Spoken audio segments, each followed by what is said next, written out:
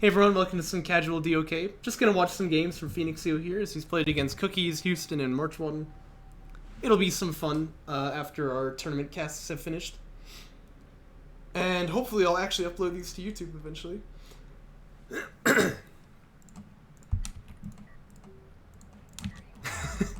No, I'm just kidding, I'm just kidding. I'll get on that as quick as I can. Looks like it's Tight End Passage. So this is kind of an interesting one to see because this is the map that like didn't get played at all during our tournament, right? I talk about this map quite a bit in the ban phase because it always gets banned, but I don't often talk about it like during series because it doesn't often get played. I think actually there was a series that Cookies was playing where this map was on the pick order, but it didn't get played because the series was clinched, I think. But it's like this area and this area are really what's interesting about Tight End Passage, I think. But the reason it gets banned so much is the middle, which is just like all these big dunes and there's all this open space. It's like really quite a slow railgun map, I think, and if you can get up on your opponent's third base, it feels very, very difficult to fight it, so... I think a lot of players don't really enjoy this map, but there's some kind of funny strategies you can do on it, using these, you know, big open spaces out on the side. I've always thought, you know, maybe you could make a 1v1 map out of the crater here instead, but it's just so big. I mean, it seems like it would be difficult to make it really play well. That's something I've been thinking about, though. One thing's for sure, I wish that this area here was opened up, because right now the map border looks like it's down here, but it's actually, like, right here or something. It's kind of a weird map border because it's slanted like this. And if the map border was down here instead, I feel like it would be a lot more interesting because then you would have this big flank angle that you could use. But now I think that Descara and A-Game worked on like an alternate layout for this map, but I think the way it worked was that like the main base was here, and then there was a base here, and then a base here. And then on the other side it was like the main base was here or something, right? And there was one here and one here. Yeah, there's a map you play 3v3 on this, but it's just like A-Game says, it's horrible, right? Because it's massive, you know? So like the rush distance, if you have the bases like on one side or the other of the crater, is just so long. Not to mention, you know, this is really easy to defend, so... Really, the only angle to attack at... Oh, you're talking about your layout, okay. But the only angle to attack at is, like, to go around the outside. And then the rush distance is, like... It's, like, legitimately, like, 5 minutes for a unit to get out there. It's, like, insane, you know, so... so that's not good. So, I mean, like, I want there to be, like, a cool map using the crater here, but I just don't really know how you could do it. I don't know.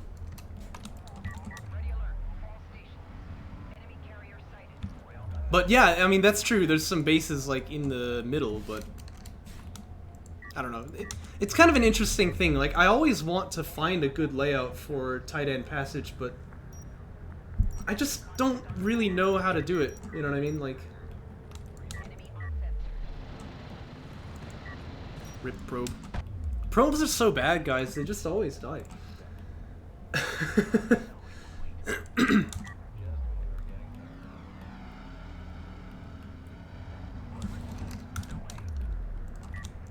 Yeah, can we talk about Descara's probe micro in that last game, though? That was ridiculous. Like, how did he do that? Like, you know, right as the PC is coming out, he, like, backed away, and then he came right back in after it left, and then he backed away right as the base runner came out, and then he went back in.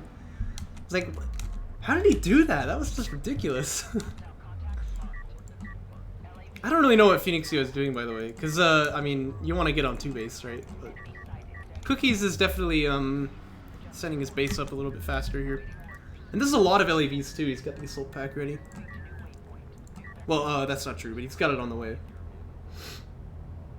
Played bad. Well, it happens. It's relatable.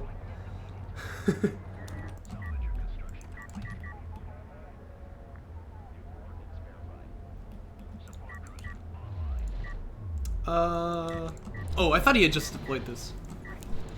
Well, I like the 2 LAVs just kind of poking in here. This might even force down an ALM, which is actually, like, pretty good value. Just make your opponent spend money for nothing. Oh, these aren't even powered up, though. I mean, Cookies doesn't want to be taking damage. He can outrange this and just do damage for free, but... yeah, he can really hurt his opponent here, too.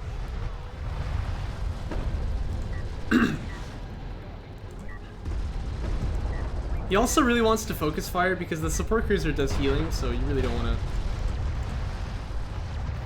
to... you really don't want to let it, like, heal the guys up that much, but... yeah, 2 support cruisers go down here, and he's going to kill the base runner for good measure. And this is a lot of ALMs being deployed here, but if that's the only defense, then I feel like PhoenixYo can... or, sorry, Cookies can just kind of kill these things, like, it's not really a big deal. And he powered it down for some reason, too, so... yeah, so this is kind of catastrophic already. I want to see Cookies follow up with something more than this, though.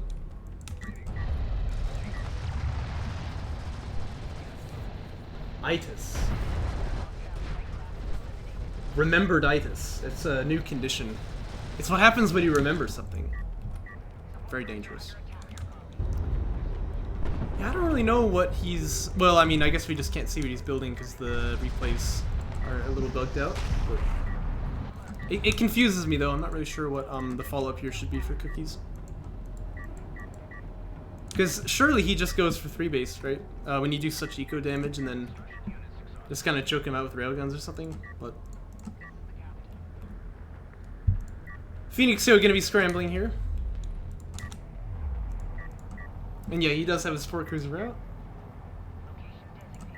Probably this is just a rally. Yeah, he's gonna send that back onto the base. It's actually one too many salvagers here, but I'm sure he wants these guys to mine on the 3rd base. It looks like AV Tech is coming out.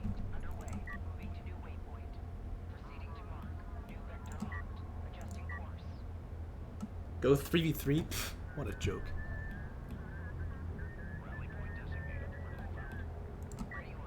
Oh, I see. You don't go 3v3 build in 1v1. Now that actually is extremely good advice, I've got to say. I think this is something that people just don't really understand about 3v3 versus 1v1, is that the big difference is how easy it is to check your opponent, right? Because in 3v3 you can get away with almost anything in the early game, and in 1v1 it's like, no, you can't, because if your opponent chooses to come and check you and you don't have the answer to it, you just die, you know? So... but that's the thing, you can be greedy in 1v1, but it takes a lot of skill, and it takes good scouting and map knowledge, and importantly, it takes a really good micro to trade out on the field too, right? Because if you can win like the 1v1 against like a skim and an LAV, that actually makes a big difference in terms of what you can do with your economy. And I feel like a lot of that nuance is kind of lost in 3v3, it's why I don't really enjoy it as much. Certainly it does exist, but you know, in 1v1, the ability to deny from your opponent is like massive compared to 3v3. Cookies, by the way, going kind of a low tempo route here, he's gonna tech into BCs, but that's fine. If he just continues spamming LAVs, like, he's got a really, pretty easy win condition here, so he can kind of just do whatever he likes.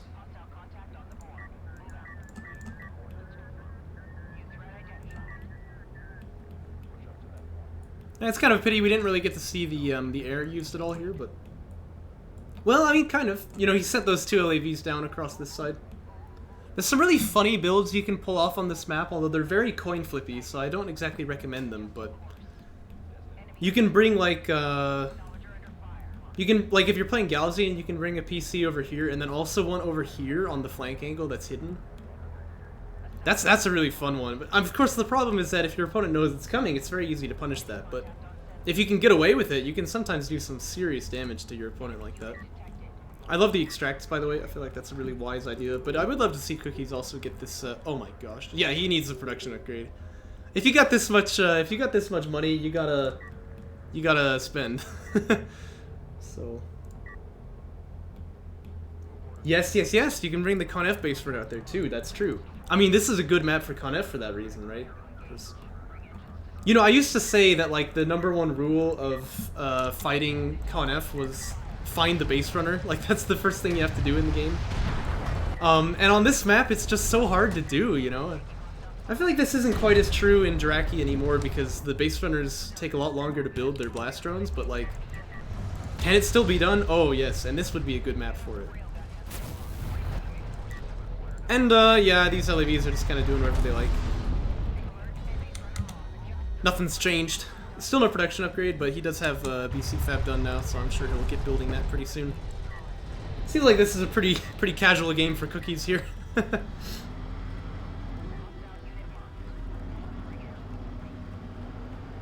I also had a lot of flag in this game. Okay.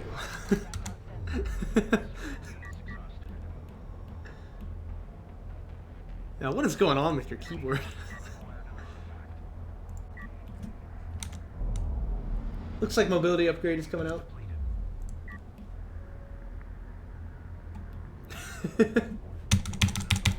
Yeah, I don't know. PhoenixYo hasn't really learned how to use such advanced technology. It's kind of like, you know, in the campaign, how they say that the they say that the Gaussian like have this advanced technology out in the desert, right? Like one of the things that they invented was the space bar, and people who play Soban like this, they just can't really figure it out. So now he's using hyphens. I shouldn't be making fun of you, but this is just too easy. Oh boy. LAV's gonna do some chonking, although it's a nice targeting jammer. Actually, I think Cookie should have just run through that. He's got some really good upgrades compared to PhoenixYo, like 100% to 0. But yes, you're right, here comes the pregnant carrier. And unlike in real life, where pregnant women are not really a threat, pregnant carriers are really scary, so...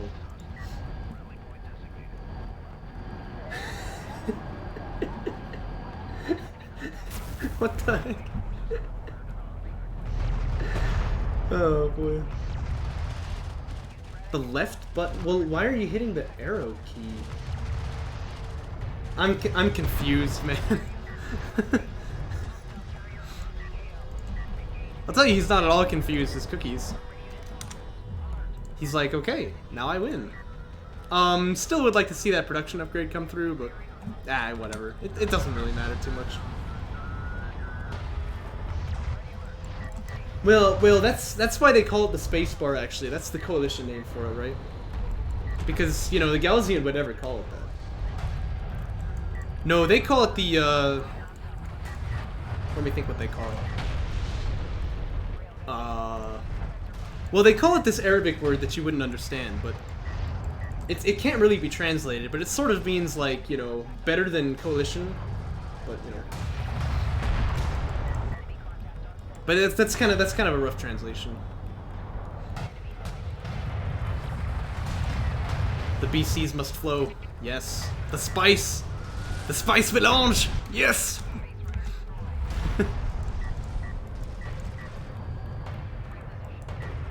I like how this support cruiser is like getting stun locked.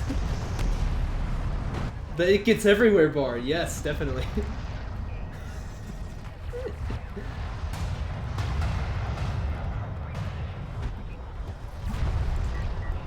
But again, it's a loose translation. Like, it really kind of also has meanings of like being coarse and rough and irritating. It's a complicated word to translate, you know. It's not very easy. Oh no, my boy. So you can't detonate demolition charges inside of a targeting jammer. So yeah. Well, you know, you live and you learn.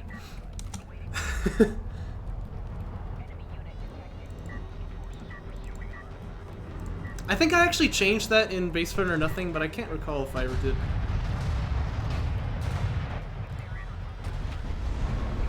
This BC is gonna die. He's got a smoke. Oh. Oh. Well, actually, for once you're correct. This is a very bad side of the map because holding the third base here is pretty easy, but holding the third base here is like brain dead easy. So not very good to get this side of the map. It's unfortunate, this map has quite a lot of spawn bias. These targeting jammers are annoying, by the way. You can't even use this, well, I guess he doesn't have smoke, but you can't even use it when you're in the TJ. Oh, he's donking him. So I think what Cookies needs is just some LAVs to kill him. Oh my god. Okay, this is getting really annoying now. I'm starting to see why you said this was a funny game. This is so many targeting jammers. I kind of love this. Like this is the correct response to BCs, right? Oh, this is just evil. Well, I mean, he could, like, he's doing damage, but I don't think it's likely. But, like, imagine if the game was pretty even, except Cookies had this giant BC flank, and then just, like, boom, targeting jammers. Like, he would win, right? In fact, we've seen that happen before. This was a series that, I think Orbnet played against Discara in Jaraci Cup. Gosh, I want to say it was number 8, but it might have been number 7. And it turned out to be like a BC war, right? And Sablon BC versus Coalition BC is an interesting fight, but who wins is really dependent on, you know, maneuvering, like with these targeting jammers. And Orbinet was able to use those super effectively and just kill him, so... That's happened before. That's actually, like, that's a really valid way to play.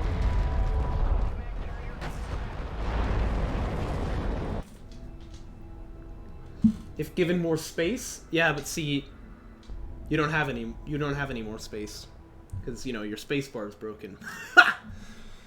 See what I did there? I'm a comedic genius. Let's check out the other game that he sent in.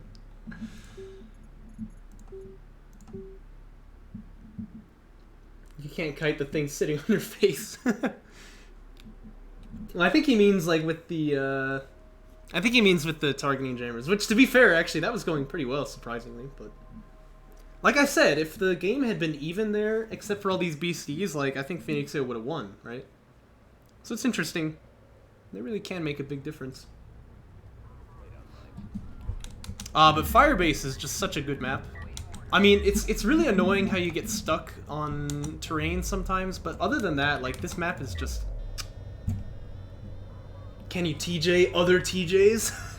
Well, actually, I remember when we were playing Joke Patch, I did that to you, and I was like, what am I doing? Like, I can't targeting jammer a targeting jammer, you know? It might be true that it stops your opponent from having the agency to delete it.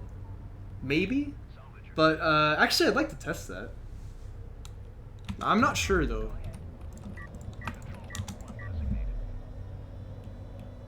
Anyway, Firebase is just awesome.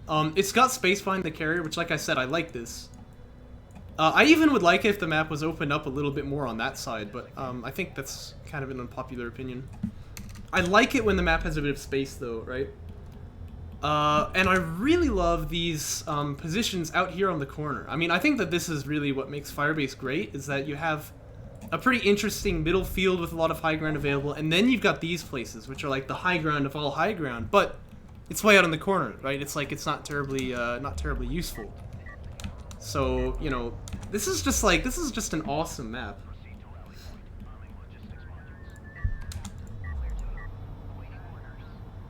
I think Firebase is probably the best map that DOK has in vanilla. And I think I would say that Kartoba is, or maybe Torrent Alt is the best map that we have in the tournament rotation right now. But I'm not sure. I mean, Boneyard is really good too. It's just, it's kind of annoying that it has some spawn bias.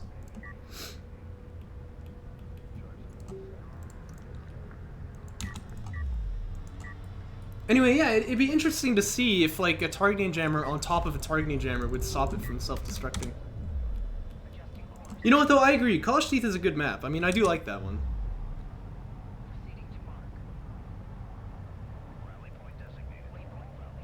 College Teeth often devolves into, like, these siege wars, and the builds that you can do on College Teeth are very different from other maps, but, like, that's not a bad thing. I mean, it's got some kind of a unique flavor to it, right? And, I think it's a good map.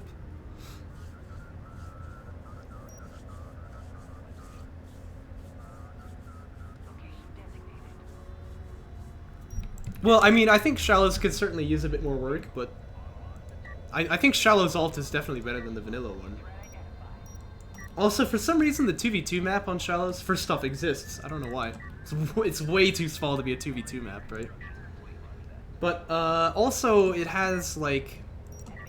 It has this weird bug where the music will be playing, like, 2 different tracks at the same time. I don't really know why. It's a very strange problem.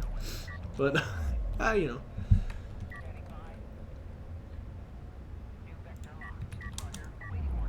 It's two 1v1s. Yeah, but you're so close to each other. I mean, it's really weird. Because Shallow's 2v2 is like the two 1v1 maps put together, right? Where someone spawns in both of those places. It's a very strange experience. Never really had very much fun on that. Cookies, by the way, doing kind of same old, same old. PhoenixYo is doing the same as well, which is dying to it, I suspect. We have carry production upgrade done. The LAVs are going to continue to flow here, so... Yeah, if DOK had, like, map-making tools released, that would be awesome, you know? I mean, that would really be, like, the best possible thing for DOK right now, I think. Yeah, you really want to focus your opponent's LAVs first. Yeah, there you go. I'm just gonna correct that. That too, I mean, better mod support would be huge too. But, you know, we found a way to kind of get around that. We haven't found a way to get around, you know, not having map-making tools. Because, you know, the problem is, like, anyone could make, just like a height map, right? I mean, that would be pretty easy. And you could, you know, you could model the terrain height map to be the same and stuff like that, right? But then, no one has access to these textures, right? And it's not even clear if it would be possible to implement that height map into the game. But if it even is, it would take a lot of work, so... And so that, you know, that's not at all to say that, like, the mod tools for DOK are good, but at least we've been able to get around it a little bit. But this map making thing we haven't, so. Power 1, by the way, is kind of interesting. I think he already has mobility too. Well, maybe he wants to go for some kind of carrier play or something. I don't know.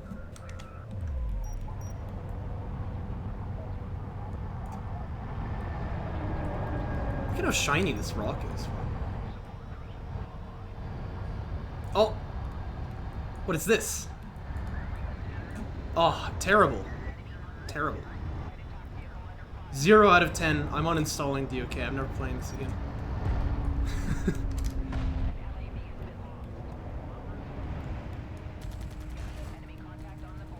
I feel like this is actually a very believable texture here, though. Oh, he killed a probe. But, like, you know, it looks like this is so ridiculously smooth on the top because it's, like, always getting sandblasted, right? And then just, like, cuts off on the end there. I feel like that's really well done.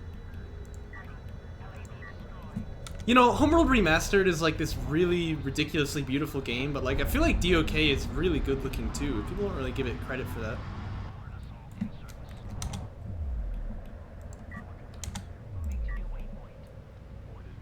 Oh yeah, you'd have to map out the sensors too, wouldn't you? What the heck is this thing, by the way?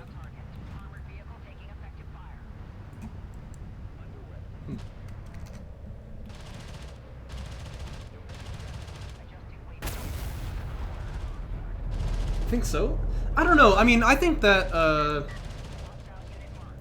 like Homeworld Remastered is better than DOK in terms of visuals. Like, Homeworld Remastered is just so stunning, but like, I think they're both really good looking, you know? And the thing is, DOK's got the gameplay to back it up. I feel like Homeworld Remastered is just not really as good. But then again, I never really spent enough time to get into it, so perhaps I'm just biased. For sure, I can tell with, like, the players patch, it's a much deeper game than I gave it credit for at first. Some kind of awkward AV maneuvering, by the way. Yeah, I never noticed that either, though, I've got to say. This is like the first time I've ever seen this. I knew about this wall here, but... Yeah, I never quite noticed this thing. I guess this is the fire base. Huh? Well, see, I don't know. I mean, like, the terrain is actually kind of a cool thing that it isn't there, in a way, in Homeworld Remastered, but it is true, there's not as much depth to it because of that, right? And I feel like Homeworld 3 is going to be relying a lot more on having terrain, so I don't know. Yeah, apparently there's going to be an announcement about it today, by the way, but... Well, Firebase doesn't mean, like, it shoots things, right? It's, well, does it actually? Well, maybe it's from down here, like, maybe it's a missile silo or something? I don't know. I guess I'm not sure.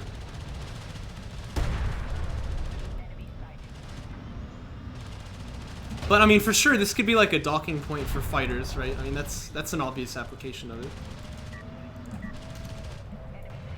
Oh, what the heck is this? Huh. That's interesting.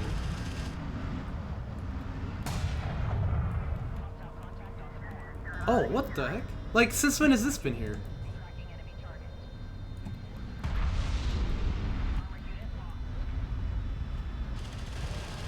Wow. I guess I never took the time to really look at this thing.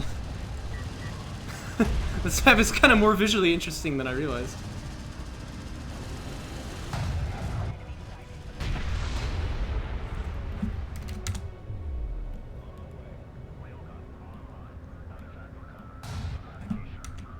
I think they said it was like abandoned, right? Like when you hover over it in the skirmish menu, it gives you a bit of backstory on the map.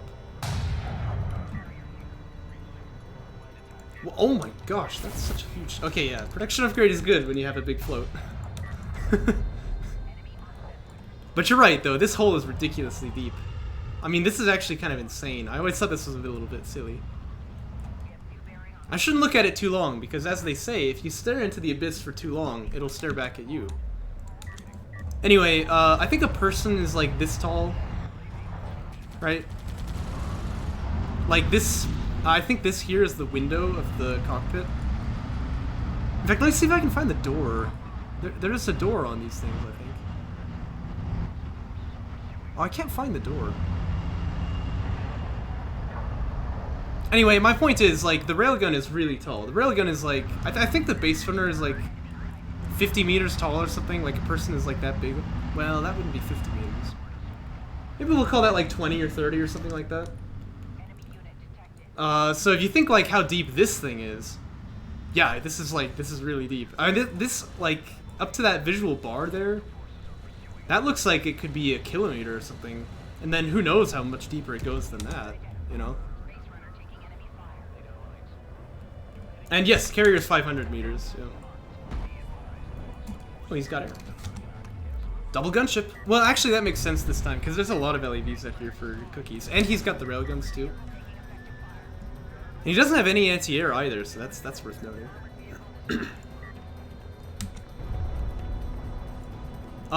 Yes, actually, you could fit the carrier in there. Although you'd have to get rid of all these bars in the middle, but...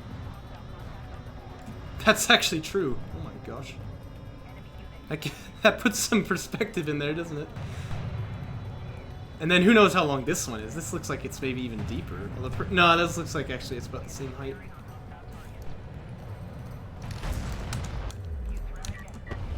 Oh, that's too bad.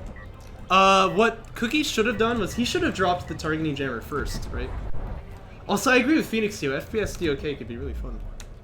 I'd enjoy that. I'd play that.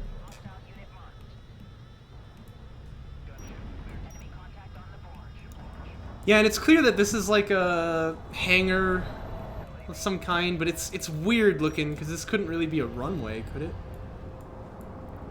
Well, but I mean, I guess if you can dock straight up and down, which the fighters can in this game, you could just dock here and then like taxi into the hangar, but I don't know. Wait. You build the carrier underground and then launch it like a rocket? No, that can't possibly be right. That's just ridiculous.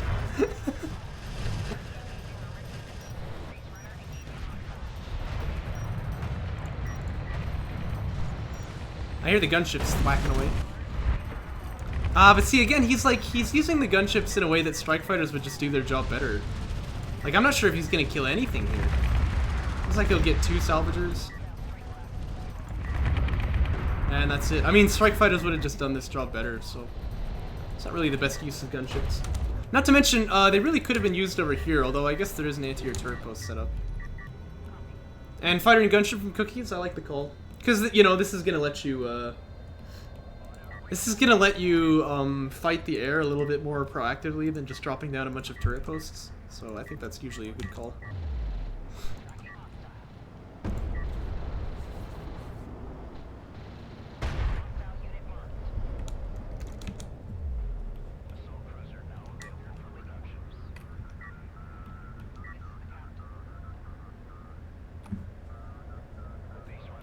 Yeah, bombers. Well, he hasn't actually dropped the AA turrets yet, but I'm sure he will. But the thing is, like, bombers are really just not gonna care, right? But then fighter and gunship will come out. So, oh, he canceled it though. Ah. Okay, well that's actually pretty bad for Cookies then. You really want to have fighter and gunship tech to fight the bombers. So he had the right idea, but I guess he's kind of backpedaled on it.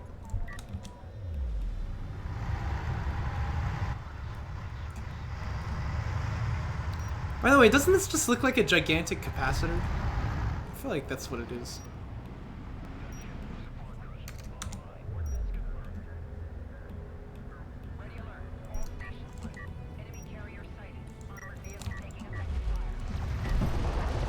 Cookies really needs to power up the weapons here.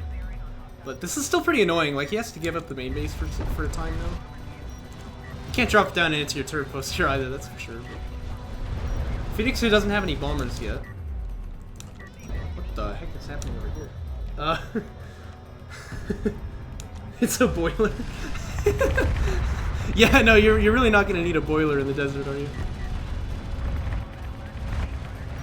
Oh gosh, it's a massacre.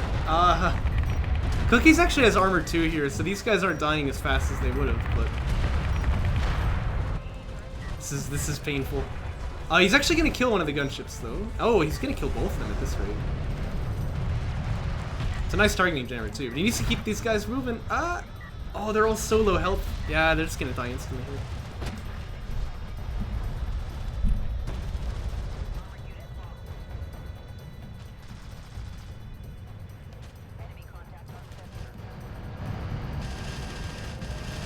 No, I think it looks like a giant capacitor. That's what it looks like to me.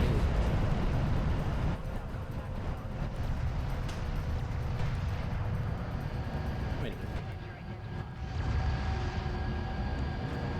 It makes kind of a funny noise. Did you hear that? Wait, what the heck? What was this space runner doing up here with an artifact?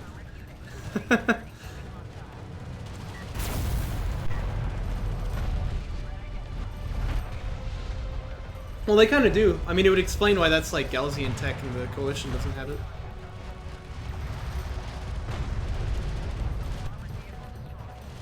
Still a lot of railguns here, although I see that Cookie's lost a few of them. I think he's floating like a lot. Oh my gosh. He's not, but PhoenixYo is. Well, he's got a lot of RUs though. But yeah, missile battery fab would be good here. Fighter and gunship would be good. He needs some kind of answer to the bombers, right? Which are launching now, so.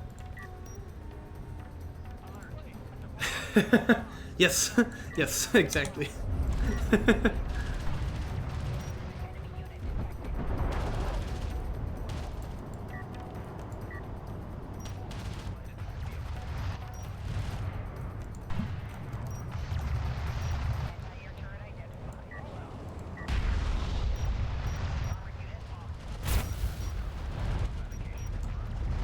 You know, I'm actually starting to think maybe it'd be cool if Galzian could build ACs also. Ow!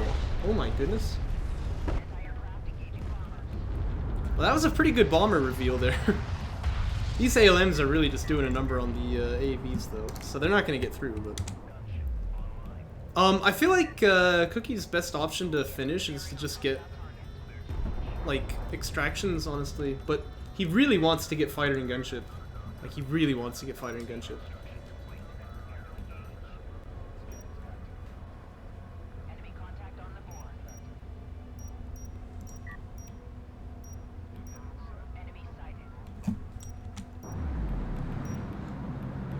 It'd be really cool if there was like a Galzian campaign, but I think even better would be like a Con F campaign, right?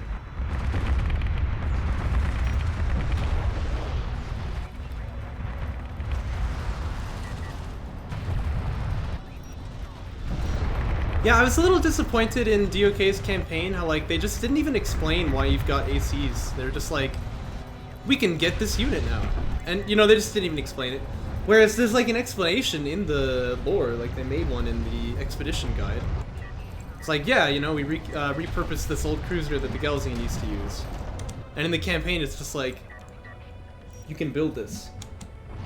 You know, like, okay, That's a little bit disappointing. Yeah, where are the bombers? Oh, here they are. He might just be able to kill this carrier. I guess bombers don't do as much damage as I remember. Ooh, I don't like this though. This is really risky what Cookies is doing here. Cause like, PhoenixYo's carrier has power too, and there's some railguns here. And the bombers. But he's got the microwave emitter. I mean, maybe he can win this. Oh, this does not feel comfortable though. Okay, I agree with backing away. In fact, I would put all the power and armor here so that you can just like not, you know, die. Because I feel like that would be a good thing to do. These were AA turret posts as well, but these Space Runners are getting attacked by LABs right now. Oh gosh, you gotta power up the armor.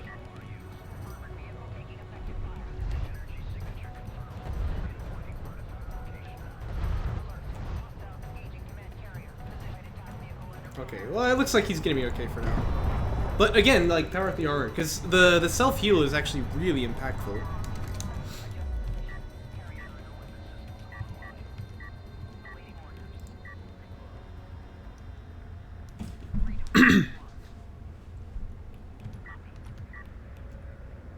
Also, again, there's still the threat of winning by extraction for Cookies. I feel like that would be a good idea. That's a lot of support cruisers. But he needs more anti-air. Like, you can drop turret posts down here. I feel like he's just forgetting about these bombers. Like, he's even got a probe seeing them right now. Well, hey, at least he's got his power in his armor. Although that's probably not where he wants it right now. Let's just see Cookies. Yeah, good power 4 as well. Oh, double the bombs. Yeah, good. That third bomber should be able to finish these. Oh, it didn't launch. Oh. That's unfortunate.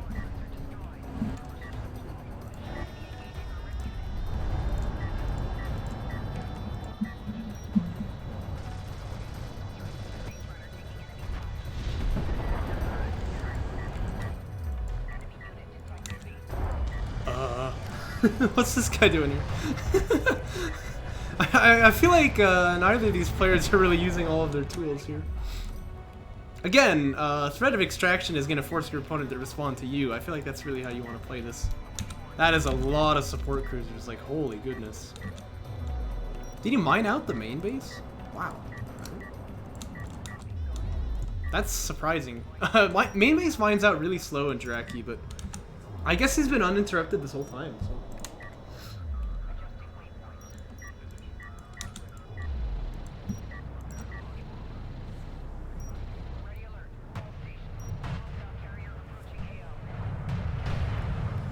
Oh, I see. You're just gonna, like, bomb out the base runners? But again, like, where's the anti-air turret post? I feel like he could have been dropping these this whole time. He seems very lazy. He doesn't even have, like, support cruiser anti-air. I feel like he's just kind of okay with dying to this.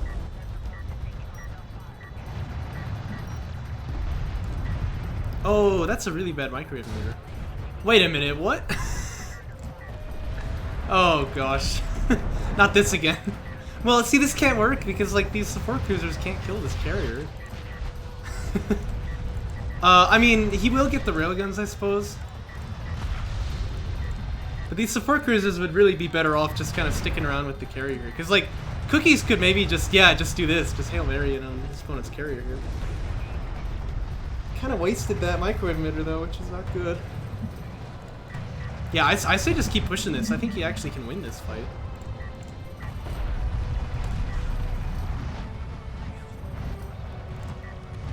Maybe not. Maybe there's just too much in the wallet here for PhoenixYo. Yeah, it looks like it.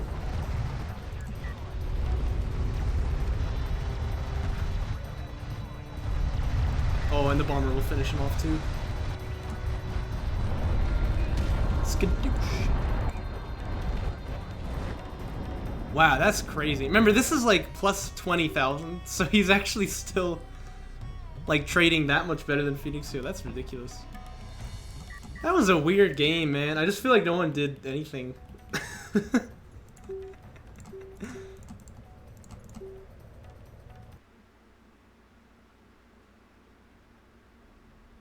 Oh, when the carrier dies, it counts as losing 20,000 CUs of resources. Yeah. I think it's pretty goofy, but there it is. Okay. Let's watch Houston die to turrets. No, that would never happen. That would never happen. And I agree, frankly. That's pretty cheap for a carrier. Cheap like a sheep.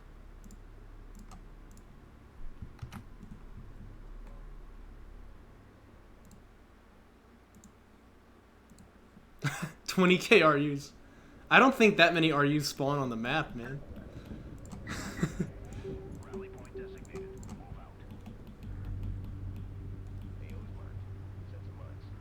Cheap like a cow? Hey. That's offensive, alright?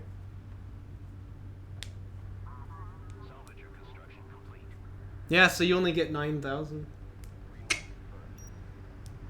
So on a 3v3 map, though, you're right. You could build another carrier, but I don't think that carriers can build carriers. But maybe, like, when two carriers get together on top of each other, they make, like, a baby carrier, and then the baby carrier can grow up. So perhaps that's how it works.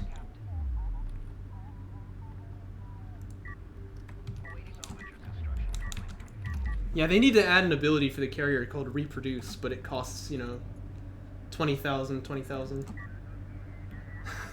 And you have to go to an allied carrier. Anyway.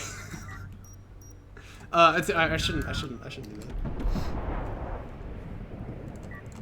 But you're right, though. It's so bad looking because it almost looks like these are arms, you know, and the con of carrier is higher than them, so it's like it grabs onto it on the side. Oh, it's terrible. It's terrible.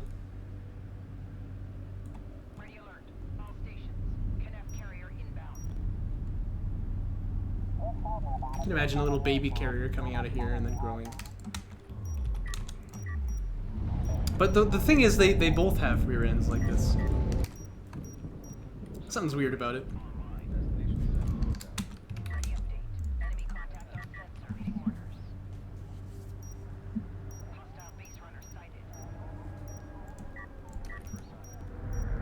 I love that sound when the support cruiser stops moving. It's very convincing.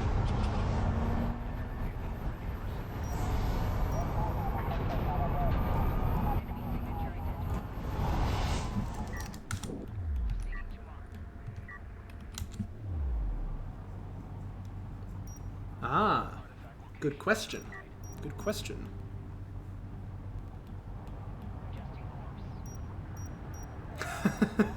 Well, that'd be fun to see.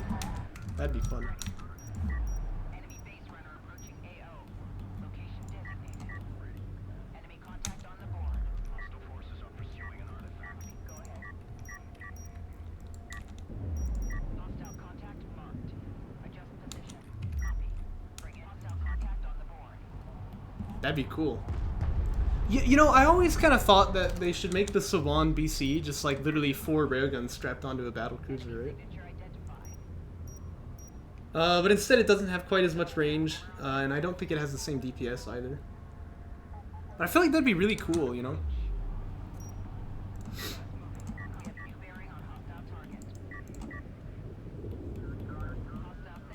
Nah, sadly not. Actually, what I tried to do was give the gunship a railgun. And that's why the gunship is so ridiculously powerful. But it does have like a railgun like weapon, right? But it doesn't have railgun visuals, so it seems that you can't do that. I was really hopeful after I got the sand skimmers to like fire artillery that I was really hopeful that that would mean that I could do that sort of thing, but it didn't really turn out to work.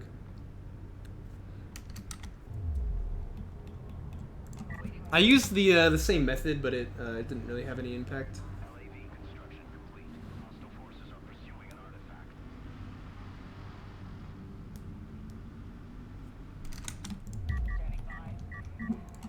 But yeah, we should totally have a joke patch tournament next year. I'm trying to think when. Because I don't want to wait too long. Oh, excuse me. But I also think it would be really funny to kind of like coincide it with like Homeworld 3's release being announced and stuff like that. But yes, I do need to finish it if we're gonna do that, so. And trust me, it's gonna get more ridiculous before it gets less so.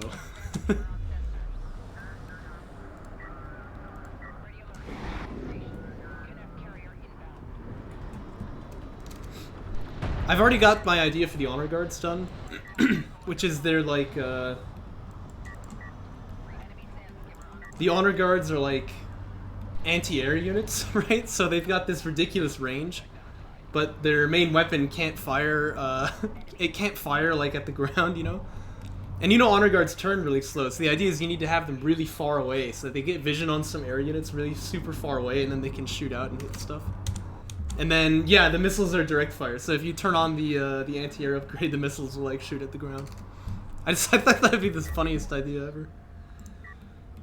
And then I've actually already implemented the siege cruiser. I just don't have it on the version of the patch that's been pushed to the repo, so I should just do that. I guess that wouldn't take very long. But the siege cruiser is like a frontline unit for Galzian because that's kind of what they don't have, and so it just uses its point defense to like shoot stuff down, which is pretty funny. The heavy railguns aren't really working right though. I want them to be like fairly tanky.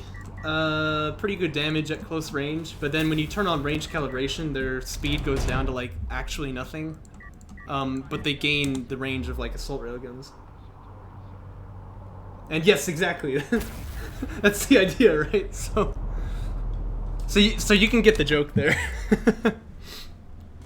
I feel like Coalition is in a really good spot because the missile batteries are like this really good indirect fire piece, and then they've got some nice tools to like outmaneuver people with like the assault cruisers and the LAVs having their boost. And then the AAVs are actually really good anti-air. But yes, exactly. Like it just turns out to be all you need is anti-air turret plus because they just have ridiculous range. So. And then I haven't worked on the carriers yet either, and my idea was that like it'd be really funny if the Coalition carrier healed things by shooting them and then like damaged things by healing them. But I don't think it's actually really possible. So. And yes, AVs shred air, they do, but they also have suppression, so they can slow down anything. So they can like slow down carriers and base runners and stuff like that, which is pretty fun. And the smoke ability has like infinite range too, almost, so AVs are really fun.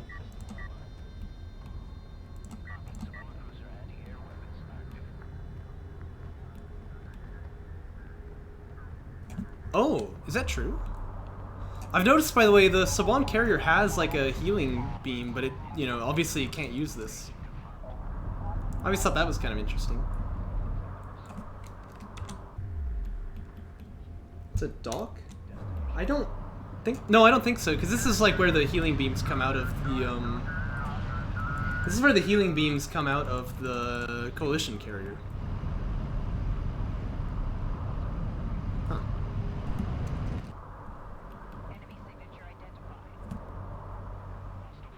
Yeah, I'm trying to think what I want to do with, the carriers. I mean, Galzian's pretty obvious, right? It needs to go, like, stupidly fast when it's powered up. But then, like, maybe have it be actually, like, 1 speed when it's not, so it just can't move at all. That'd be kind of funny. You know, I actually tried to make, targeting jammers able to move. That would have been hilarious, but I couldn't really get it to work.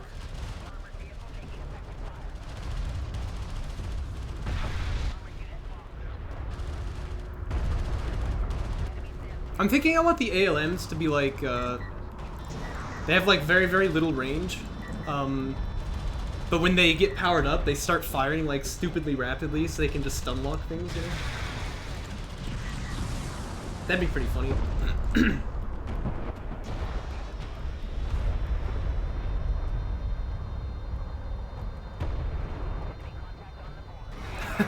No, I don't think that's possible.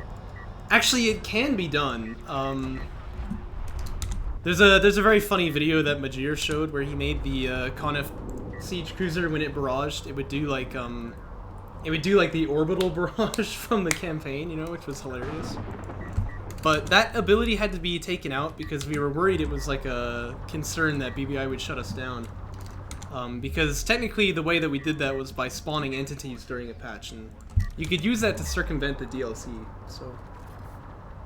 I'd actually like to ask Christina or Christine that is, if she cares, because like maybe we can re-implement that, but... And if that's the case, you could do some really funny stuff. Like, you could make the gunship, or, oh, the tac bomber. That'd be so funny if, like, the tac bomber comes and drops the bomb, and then where the bomb drops, it fires the orbital strike from the campaign. Like, that'd be really funny, but, yeah, I don't know. We'd have to talk to BBI about that. Because like I said, you know, there exists a concern that you can circumvent the DLC with this, so... Yeah, Houston does like his honor guards. Are there bombers out? No, strike fighters.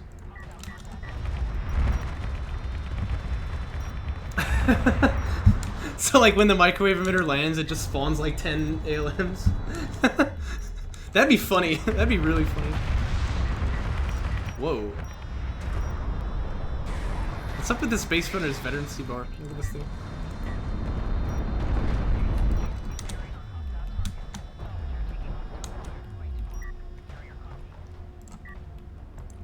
No, it's just one. But when it's out of vision, it shows the artifact spawn point. And when you have reveal all on, it shows the artifact from the other player's perspective too, so then it does this kind of effect.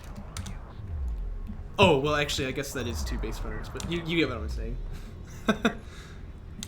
You know, you can actually change the veterancy as well. I did this for the battle cruisers, and I want to do that for the rest of them too.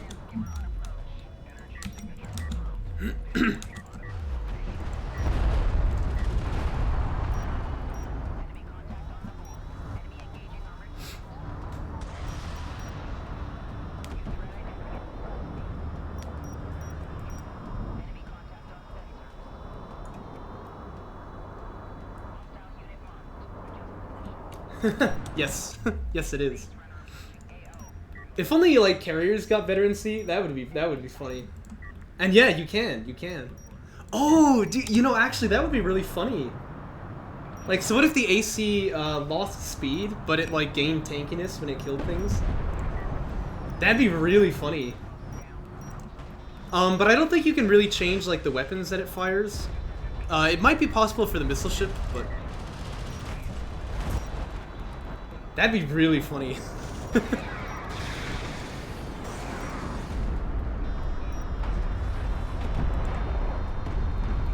So yeah, cause you know how ACs work in Joke Patch, right? Like they're ridiculously fast, but they're like paper thin, right?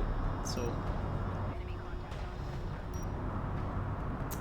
well, you could make the anti-air target ground, which I think is probably what I'm gonna do, because that's kind of a theme with Coalition.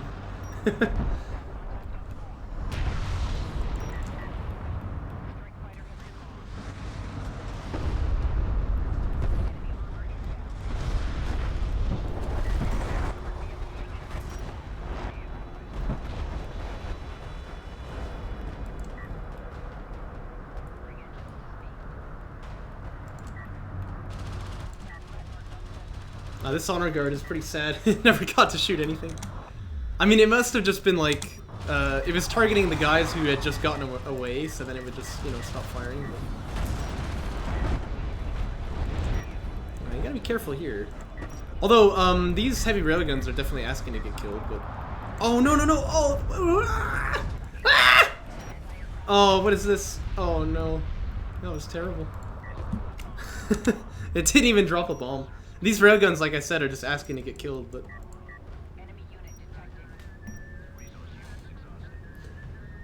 I think that you can make Saban AVs and LAVs different, but I don't really want to.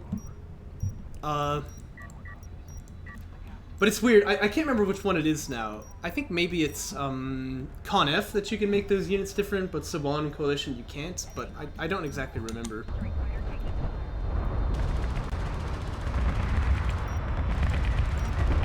Well, that's pretty good. I don't know, it looks like Houston is just not really answering the anti-air at all, although he is going to kill some strike fighters here, I guess. But... or answering the air, that is. PhoenixYo's floating a ridiculous amount as well, but, you know, it happens. I like artillery, though. Okay, so what should I do with the Coalition artillery cruiser? That's the question.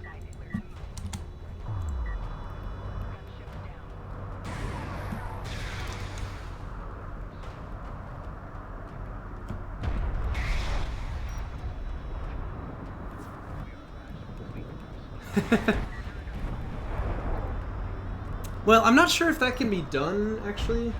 Making it direct fire, but...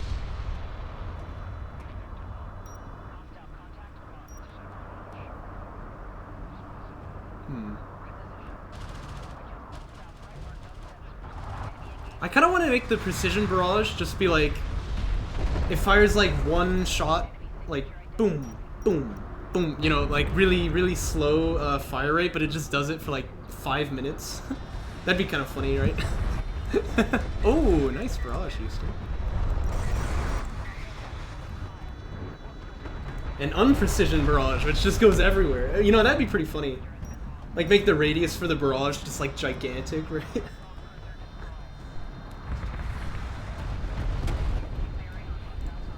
Yeah, that'd be pretty funny. I think that's what I'm gonna do. Houston needs this. Honor Guard Anti-Air is good. Honor Guard Anti-Air is really good, actually. Like, that's a good tech. Although he might still win this, which is ridiculous, because I feel like he's been losing so many units, but... Come on, get the tech, Houston! Get it! Ah! I guess he's kind of base trading now, which is interesting. Actually, I haven't changed Saban rails at all yet. They're just vanilla. I'm thinking... I don't know, I've got some interesting ideas. If you've seen the Coalition railguns, they do like rapid fire, area of effect, and they have perfect accuracy. They don't do very much damage. So I'm thinking maybe for Saban rails, I ought to make them like do the same thing, but then I had an idea to make them kind of worthless, except that Mark Target would do like a massive value, but maybe it's not the best idea though, because it would kind of make them just kind of sad in general. Yes, Coalition railguns have AoE, yeah, but it's not very big. It's more like, they're like an anti-strike craft unit, I guess, you know?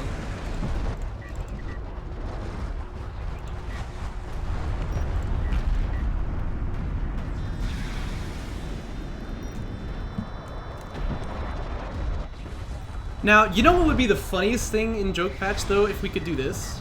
And I really wish we could, because this would be hilarious, is if, imagine if, like, I designed... You know, you design, like, 12 units for each of the factions, and then when the game starts, you just randomize which unit gets what ability. Like, that would be really funny, you know? That would be hilarious. Because then, like, the players don't even know, like, what they have at the start of the... Again, you need Honor Guard too. The players just won't even know at the start of the game, like, what units they're gonna have. Yeah, I mean, that would be hilarious, but... Unfortunately, that's just really not possible.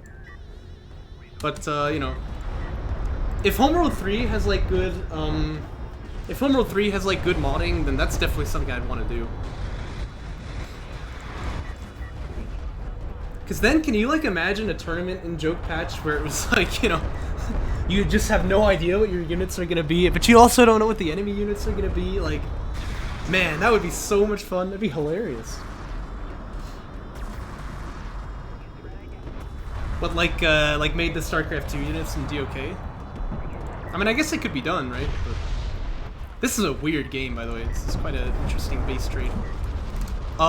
Houston needs to be more active with his missiles, and he really needs to get Honor Guard Anti-Air, because these bombers are just killing him. This is similar to what we saw from Cookies last game. He just didn't get any...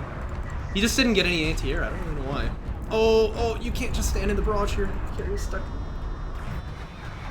Oh, make DOK in StarCraft 2, yeah. No, StarCraft 2's engine is good, actually.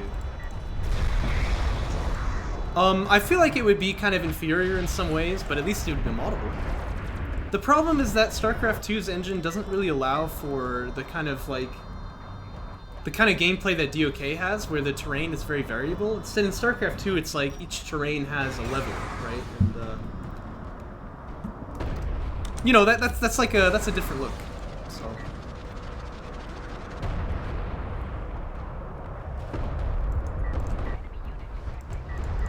It'd be nice to kill off these targeted jam or ALMs here. Oh, well, the carrier died. Ow. Yeah, I guess I needed to power up his healing as well and use those missiles for him. But... Oh, let's look at the next one. These are against March Buttons, so I expect to see PhoenixYo die to death, but you never know. March Button's definitely like a top tier player when he's on it, and then sometimes he just is kind of like shaky, so you never really know what's gonna happen. He's playing Coalition these days. He did this in tournament too, right? Remember his series with A game? And you know what? He actually won his first game on Canyon Outpost, so that was pretty cool. I've got to tie my pants again.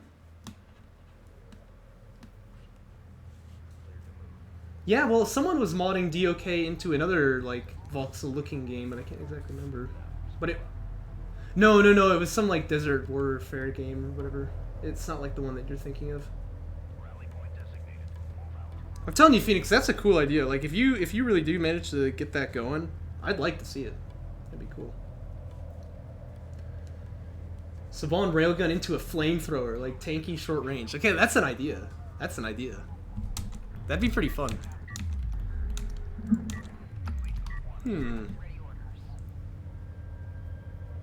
Because it'd be like the Coalition one, except like shorter range, but more health and more damage, right? And then what would Mark Target do?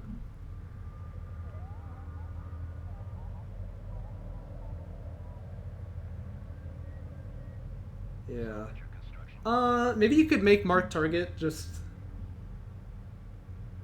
increase the damage by like 100% or something. That'd be kind of funny, but I don't know.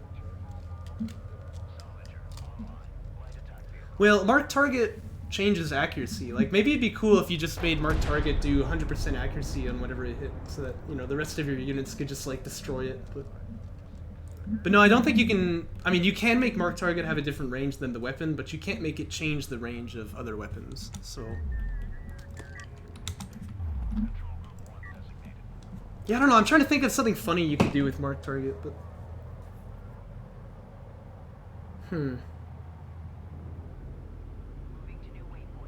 Yeah, I don't know. You can't. No. Which would be cool. Like, that'd be really funny, but unfortunately it can't be done.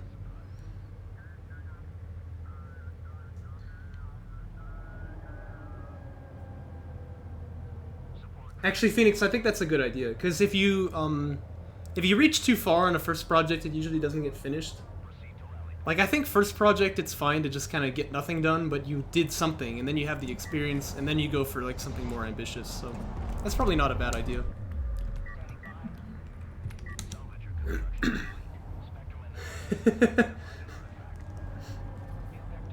Nah, man, BCs are great. I actually really like the joke BCs. They're just hilarious.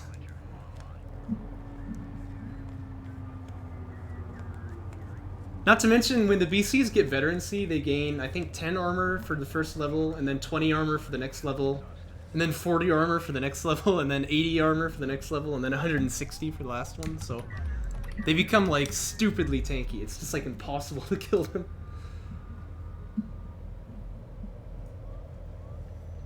And self-repair, yeah. But actually, the self-repair doesn't work. I need to look at that and see if I can get that fixed. I might just have to take that out.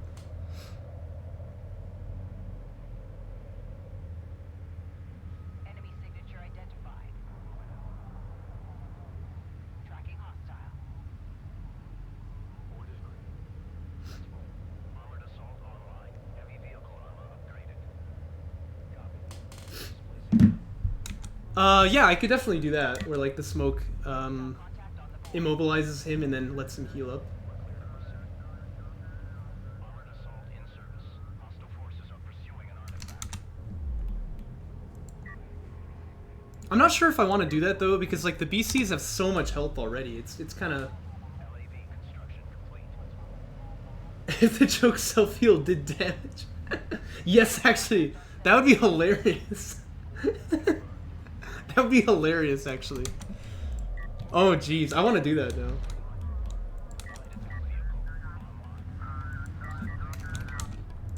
You know, I think actually what I want to do with the, What I want to do with the Saban railguns is with that armor break, like maybe With the coalition ones, like they have armor break, but maybe the Saban one should do like very little damage, but it has like the normal range, and it does, you know, like it reduces the enemy armor by like 25 or something like that. I mean, that would be kind of interesting.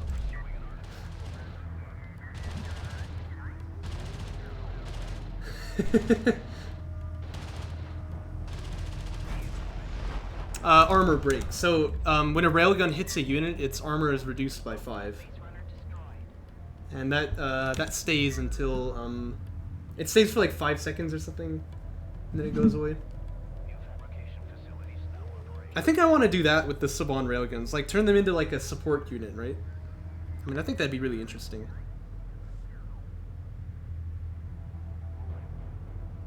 So they can either like use their marked target to amp the damage of people, or use their normal weapon to amp the damage of people, but they don't do terribly much on their own. There's an armor pen mechanic? No, I don't. Well, actually, yeah, there is, now that I think about it. So, attacks have a certain packet number, right? And if you set the packets to 0, it ignores armor. Yeah. But I don't really like to... Oh, I see what you mean. So it's called armor-piercing rounds here, but what it means is just that they do more damage than usual.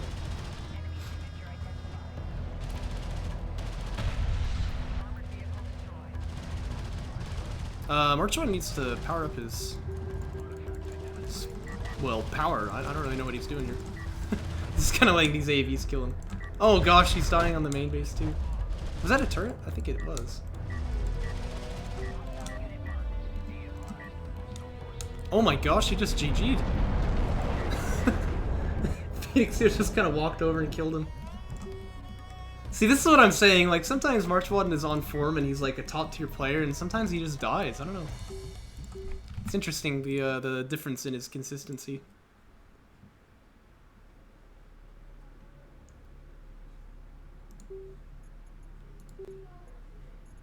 Same map, huh? Well, one thing that I could do is make it so that, like, when you put power 5 in the coalition carrier, instead of actually increasing the damage, it just sets the packet count to 0, right? Because then it would really shred through armor. That's an idea. That might be ridiculously powerful, but well, it's joke patch, so. Peanut bombers. Yeah, I don't think I've actually done anything with them yet, but my idea for the interceptors is to make them have like a lot of missiles, but they move really slowly. So they're like these kind of like flying fortresses, I guess, you know? Maybe I should make the precision bombers able to target air. That'd be really funny. And make them fast. Yeah, okay, that's a funny idea. Yeah, I've got to do that now.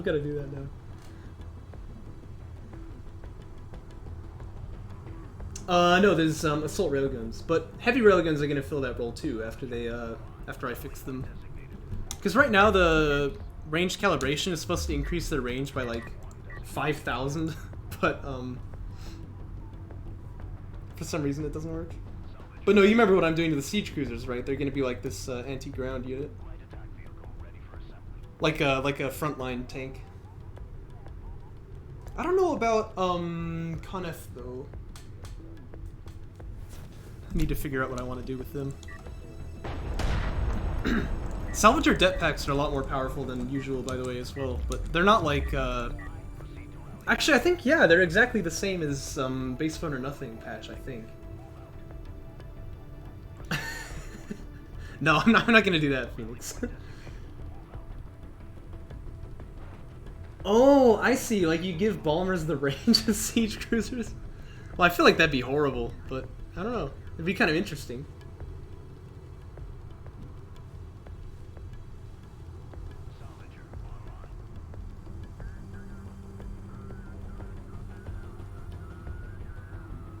You counter with honor guards, yeah, that's true. But what would Coalition do, right? Because they don't have a whole lot of very good anti-air options, actually. I mean, they've got AVs, but AVs don't have the range.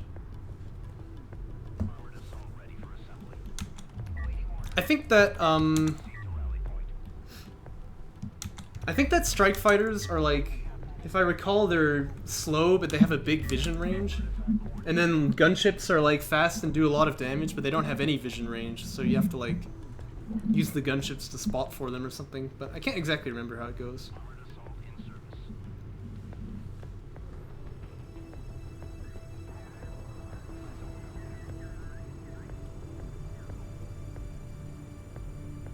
New fabrication facilities now operational. Oh, okay, that's interesting. I'm not sure what I was thinking with them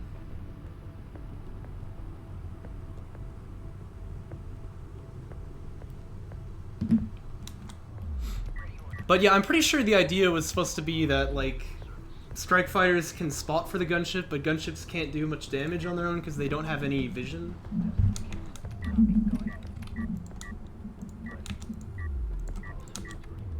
Gunships are just, like, freaking terrifying, you know? But I feel like that's kind of a good thing.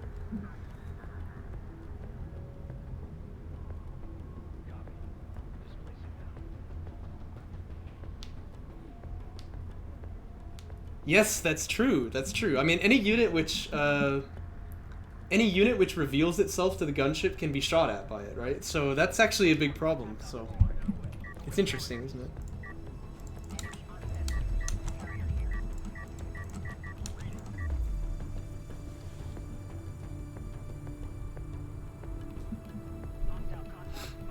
Yeah, I want the support cruiser's normal weapon to be like a really strong,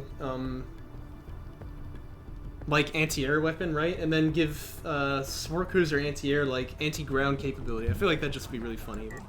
That's kind of the theme of Coalition overall, isn't it? Yeah, like PC level, or maybe even just a little bit stronger, but I don't know. But yeah, it wouldn't be able to attack ground though. Actually, I was thinking that I want to make the production cruiser able to attack ground, but not air. Like, that'd be kind of funny as well. And actually, it would be really good, too, because Galzian has a problem where in the early game, they have only these sand skimmers that do artillery, right? And so they can't actually fight ground units at all, so...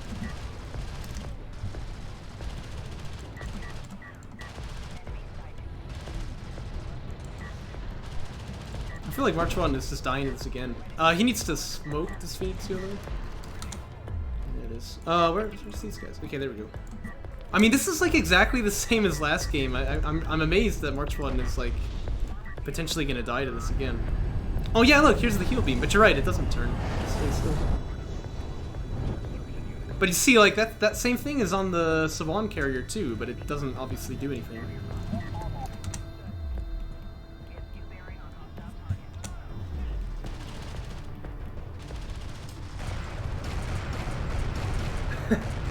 Well, I mean, you can't, unfortunately, add upgrades, but... Otherwise I would, like, that'd be kind of funny. We could even call it, like, the PhoenixYo upgrade. But, yeah, unfortunately you can't do that, though. I don't think you can even make Support Cruiser Anti-Air change its stats, but... So carrier mobility isn't in the patch just yet, but, I've got some funny ideas with that, of course.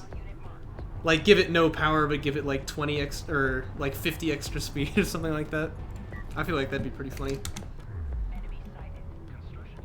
But yes, I can make the AA, you know, target ground. I mean, that'll be pretty fun. But the, And in fact, it's kind of something that Coalition could use, because the ACs can't be frontline cruisers anymore, so you can kind of use support cruisers for that. Oh, yeah, so carrier mobility is actually, it's actually power 2. Is that true? No, it's power 1. Yeah, so he cannibalized the power 1 upgrade to turn it into this. So he changed the name and he changed what it does, but you can't add upgrades. So, and because the carrier power upgrades target the carrier to add a stat to it, which is how much power there is, you could also modify it to add hit points and extra speed and stuff like that. But Support Cruiser Anti-Air just targets the Support Cruiser to add a weapon to it, and so that's all you can change. It might be possible to make Support Cruiser Anti-Air, like, change the stats, but I don't think so. Maybe we can ask A-Game about that. But yes, there's no power 7. There's only power 6 for Coalition, no?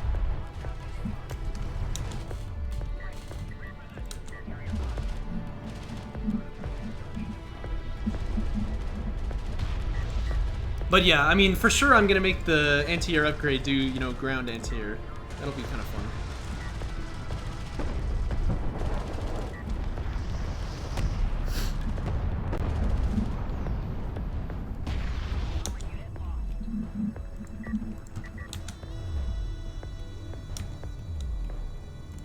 And naturally it'll be pretty strong too, because this is an expensive tech, but...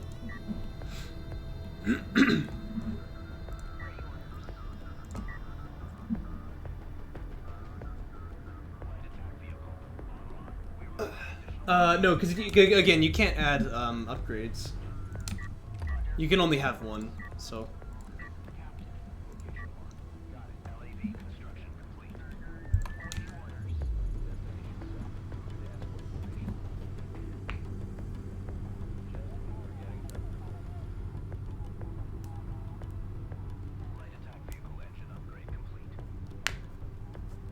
You can rename them. Yeah, that's true. But you can't add any, so... And I believe that you can't change what the upgrade targets either. So, like...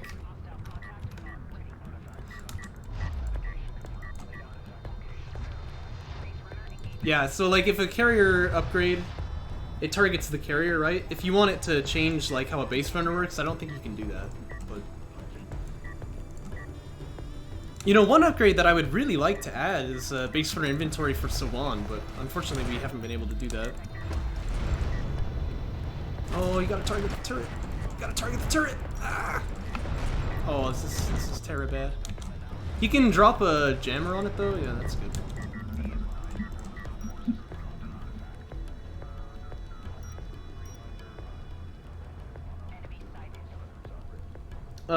But you can't do that, Phoenix. Like, you can't add any upgrades, so it can't be done. Which is unfortunate, right? I mean, it'd be funny if you could, but... Yeah, it can't be done, sadly.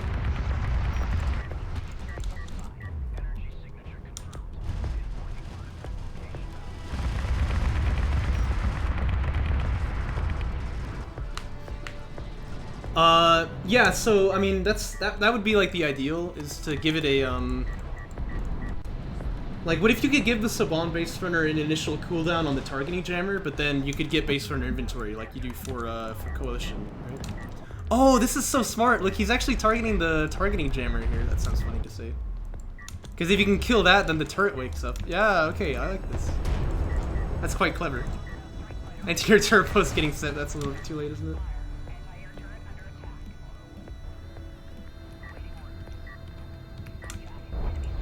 Yeah, but again, if you change the carrier upgrades, they can only target the carrier still. They can't be cannibalized to upgrade like LAVs or support cruisers or something like that.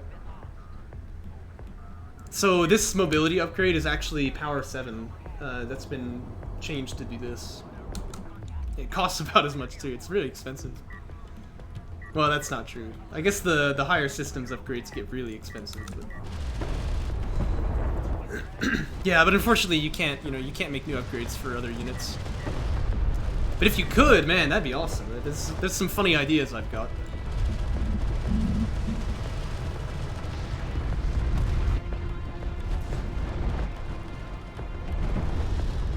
Yes, yeah. Exactly, yeah. And you can change like when upgrades become unlocked, right? So he changed power 7 from being unlocked after power 6 to being unlocked from the beginning.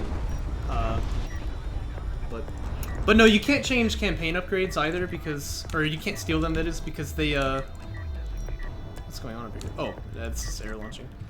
The campaign upgrades target campaign units, and so, it's impossible to, make them target, multiplayer units, which is unfortunate.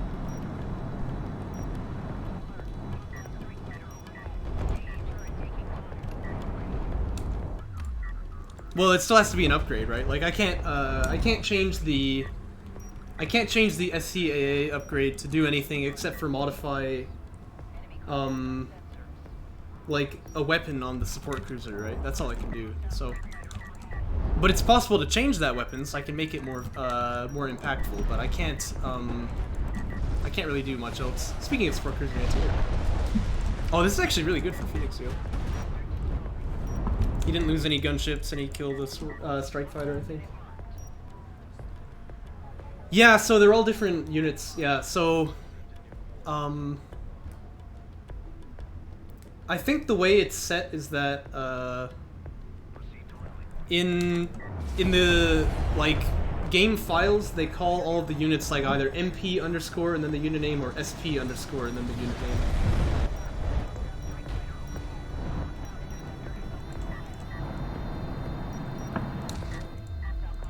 I think that's it.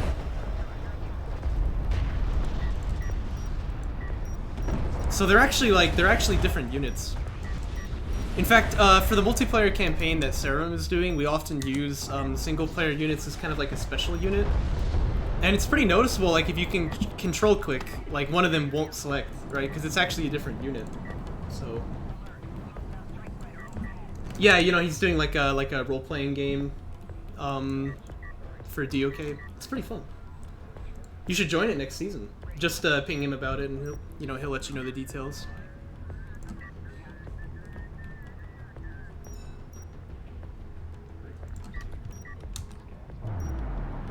I don't know about BCs here, but we'll see. He's actually got tac bombers. So. Wow, those are cool colors. That's nice looking. He always plays Con F, so it's like he doesn't even have a color scheme, but now he does. Okay, this is not exactly how bombers are used best, though, but he gets away with it, so it's fine.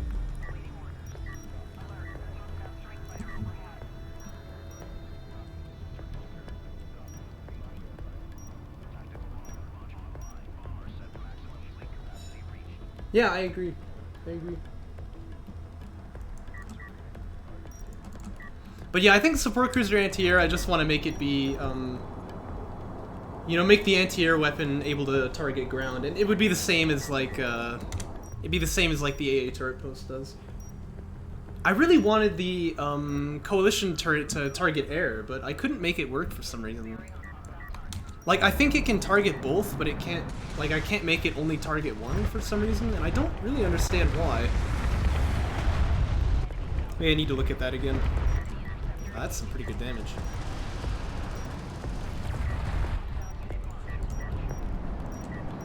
Oh, but the support cruisers are here. Oh gosh.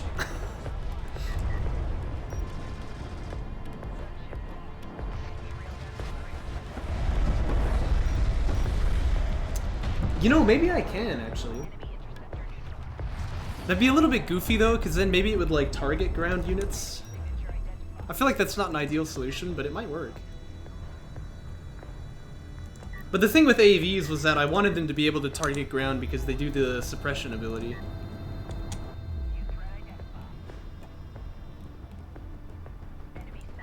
Yeah, well, he kind of just, like, flew over the support cruisers and died.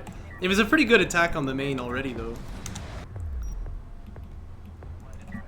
What's this? Is this guy out of bombs? Oh, March 1, what are you doing? Oh no. Oh no. But yes, I made the AAV do like, I think 10% damage to ground or something like that.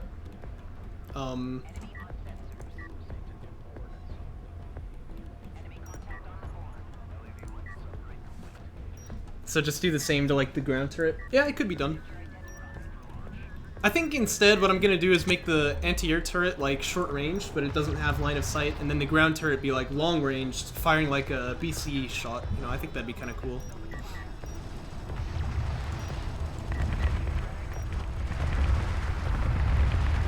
Yeah, it would have been cool though to like see the turret like firing up into the air, because it kind of looked like the gunship shots, but like firing up into the air at the air units. You know, like that'd be really kind of interesting.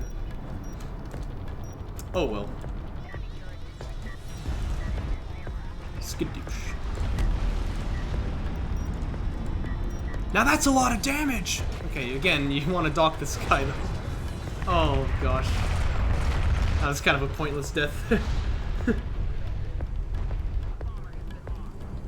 Yeah, like I want the ALMs to be like really short range, like maybe like the range of the targeting jammer, you know, so really short range, but they just like rapid fire and stun people when they get powered up.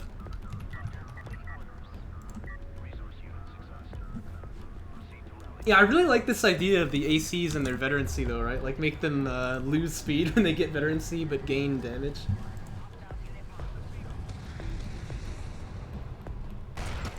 Also, I agree, frankly. You really need to answer the threat of air, and March Walden's kind of sleeping on it. And, this is what happens, you know, you get donked. So, I agree, this is a good example of how bad it can be when you just get repeatedly eco-attacked like this. I wonder if you should use the cruise missile here, by the way. These LAVs is kind of dying. Armor, yeah, sorry. Armor and, like, health. Would this kill the support cruisers? I'm not even sure if it would, actually. Oh, yeah, so we have to decide what we're going to do with the nukes.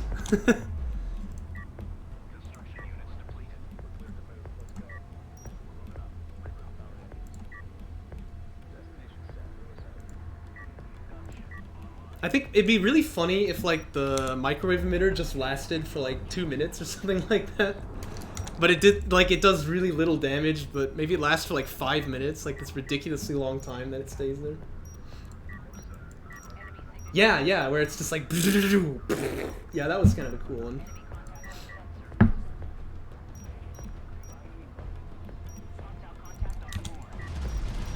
Oh, what is this? He's trying to, like, fight turrets with base runners. Or with the support cruisers, that is.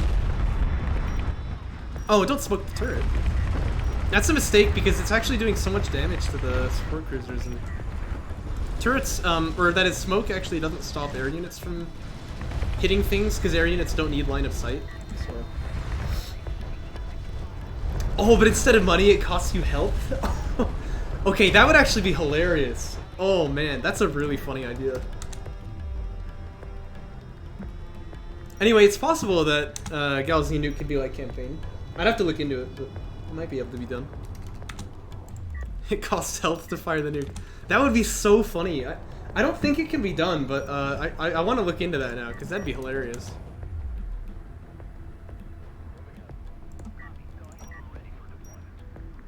Yeah, like you can just kill yourself by firing nukes. Same here, buddy. Same here.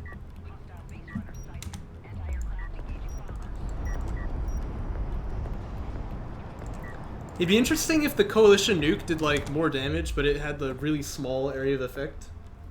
So you have to like pinpoint a spot and hit it exactly. That'd be kind of fun.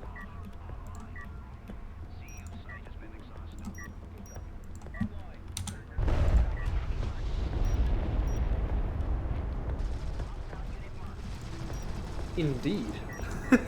Well, I mean, it wouldn't, you know, it wouldn't just like one-shot carriers or anything. But... yeah, what if it did like 7,000 damage? That'd be fun. And yet it still wouldn't be able to kill. Or maybe I should actually buff carrier health because there's a lot of things that want to kill them in this game. So,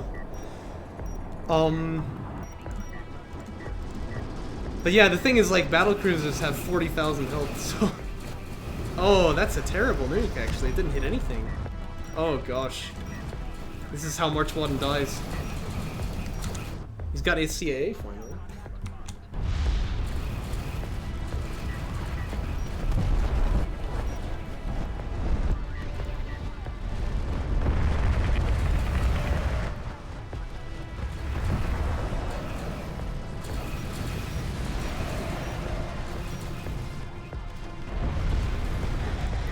You know what I could do? I could make it so that like the nuke does like 5,000 damage, let's say, but with a really small area of effect, and then it also like does, you know, 400% damage to cruisers or something, so that it can finish off like battle cruisers. That'd be kind of interesting.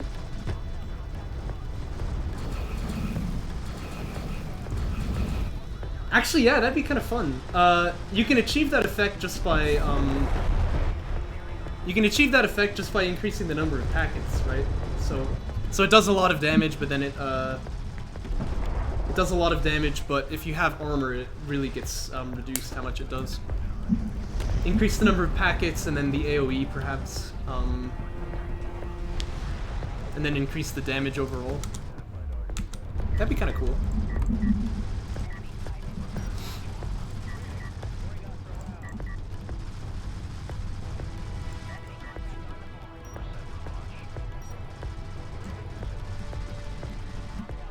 But I think still it'd be really funny if the precision bomber is like an anti-air unit. That'd be hilarious.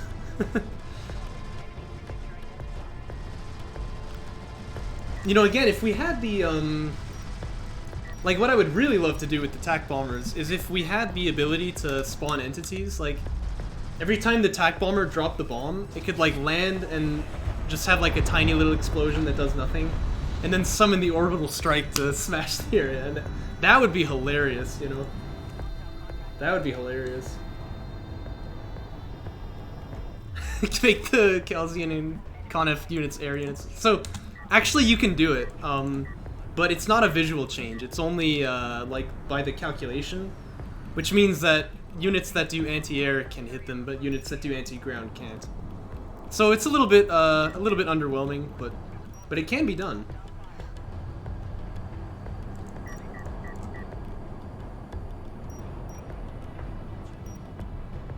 A gunship. Well, I like how the gunships are already, though. I think I'm just gonna leave them there. Wow, that did a lot of damage. What the heck? That was surprising.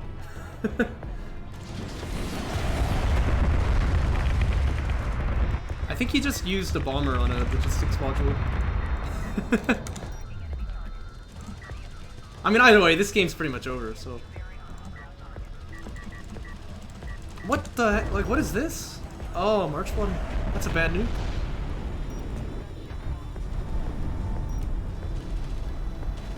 That's a bad nuke.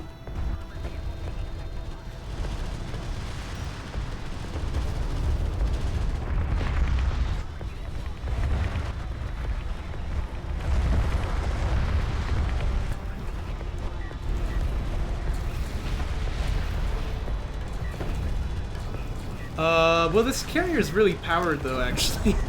I guess it can fight pretty well here. Probably he needs, like, BCs at this point. I mean, these support cruisers will certainly not cut it, that's for sure. Honestly, he's almost, like, winning on time here. March 1 needs to keep this thing alive. Either that or pick up another one.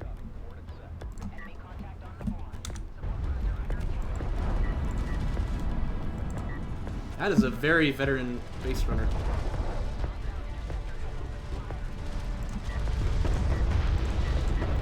Base runners should just like gain speed and armor with their veterancy or something.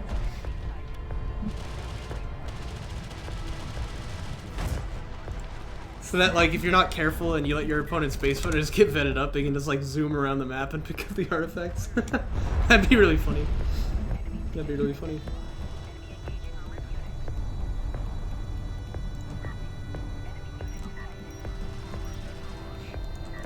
You know what I really like, though, is what I did from the, I really like what I did to the missile ships for Galzian. Also, no, it doesn't. So, the base runner only gets veterancy for killing air units.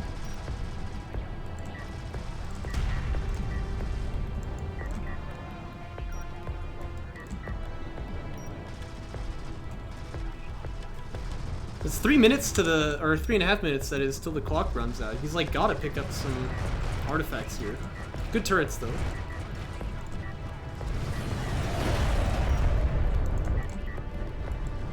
Yeah, this base is dead, though.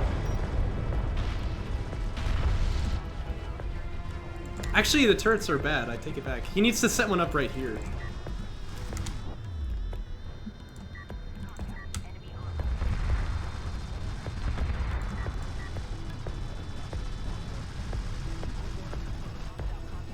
Sometimes I think I ought to take up Coalition. It seems like a lot of fun sometimes. Like, if you can really set up a lot of base defense, it's hard to do anything about it. It's kind of a fun way to play. Yeah, missile batteries are fun, aren't they?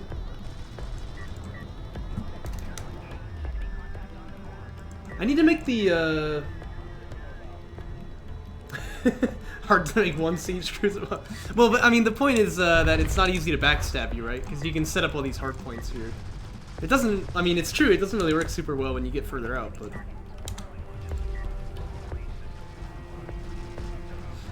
So how much range should the anti-air turret posts have? Like, maybe you put one here, it can hit, like, that far away?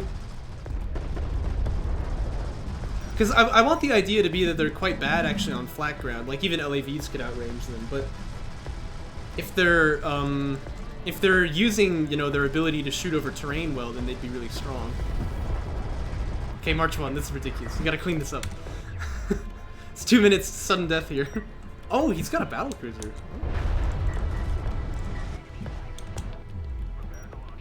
Well, I think there's actually quite a lot of spots for that, but it does depend on the map.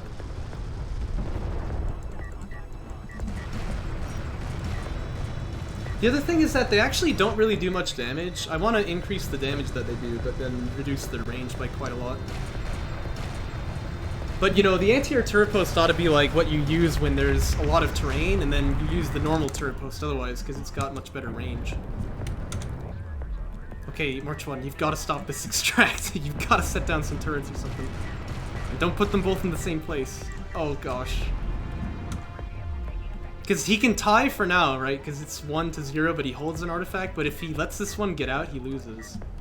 Okay, but he dropped it early. Okay. Oh my gosh, March 1. Oh my goodness. This is turning out to be pretty intense in the end. But yes, Saban doesn't have regular turrets, but they do have the targeting jammers. So there's a trade-off, right?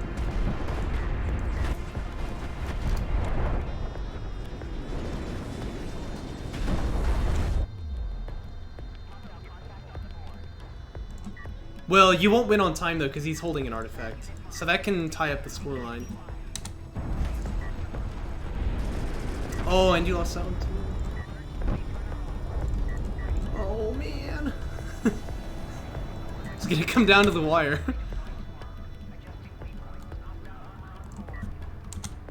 Oh, but look, you've got bombers. Oh, just use the bombers on the base runner. That's like a guaranteed win right now. Oh my goodness. Yeah, that's a guaranteed win if you just hit the base runner with the bombers. RIP, man. Oh, jeez. Well, now it's really gonna come down to the wire. That's sudden death.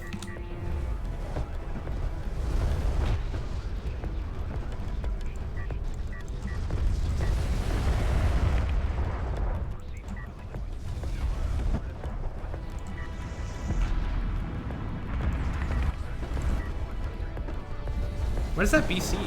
Wait, did it die? What the heck? What happened to the BC? Okay, well you've got to stop these extracts though. I mean, artillery is actually gonna be good here.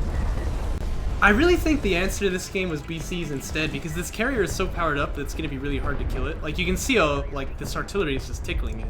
It's doing nothing. The TAC missile barrage will still hurt, but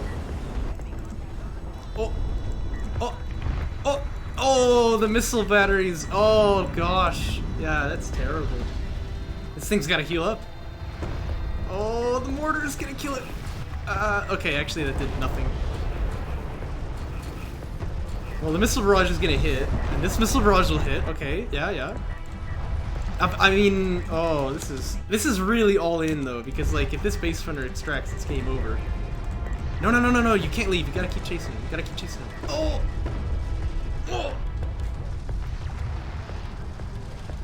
Well, they were artillery cruisers, right? Artillery is pretty paper thin. Yeah, I still don't really know what I want to do with the artillery cruiser itself, like stats-wise.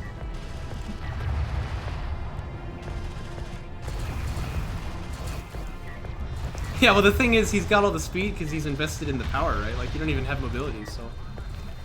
He might still not get away, though. Oh, that's sad. I guess there's no eco left at all, actually. Okay, there goes the base runner. That's good.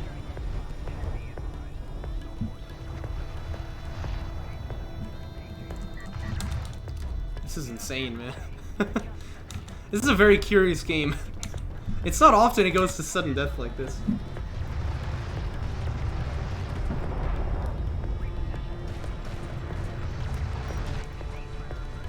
Oh, there's bombers though. March 1's healing up quite a bit here.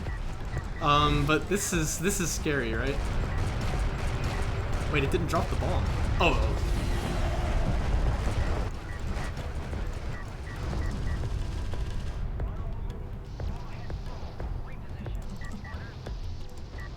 Well, this AC really needs to stop the base runners here, right? Like Tech Missile Barrage on these two, because you can't let this extract, and if it drops the turret, it's going to be bad news bears. Oh gosh, don't let this thing get away. Okay, jeez, alright. I thought he was going to let that get away.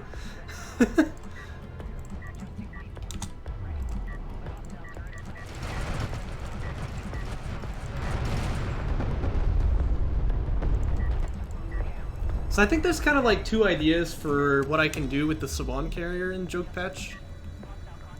Because I can either make it like... ridiculously powerful, but then make the Coalition carrier's heal beams so useful that it feels bad not to have them, or I can make it like ridiculously powerful but super vulnerable. I'm not really sure which one I prefer. They seem both kind of like good ideas. By the way, PhoenixYo needs to get some CUs actually. Like, this is kind of tough. I think he should retire this guy, or at least heal him up so he doesn't die. Oh my gosh. Don't let this guy die. So it dies to nuke.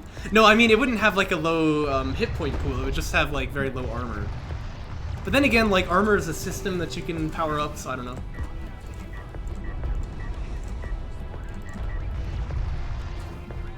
I'm trying to think what I want the carrier to do when it gets powered up to full. You should have won? Yeah, that's what people say when they lose. Oh, shade. But it's true, I mean, the bombers could have just killed the artifact there. Oh, look, he's even picked up another one. Well, this guy's gotta deal with that. But he can't win the carrier fight anymore. March 1 just has way too much power. I mean, Armor 5, this carrier is actually net healing, which is insane. So... Oh, and a BC? What the heck? Alright, well... that makes things a little bit simpler. No, don't target the base runner! What? What are you doing? Oh my goodness. Okay, there we go.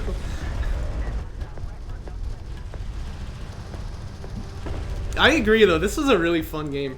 This one was hilarious.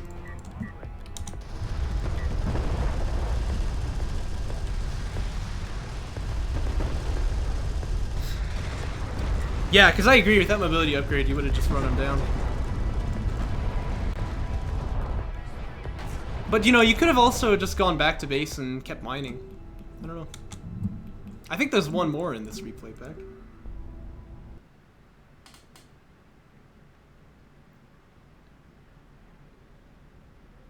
Yeah, very strange. But, you know, that's what we like.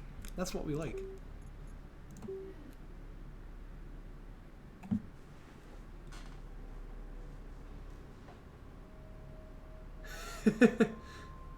Oh, look at that. He fixed his keyboard. Well, that's good. Oh, it's snowing out there. It just keeps piling down. Oh, man. I don't like it. I don't like it at all.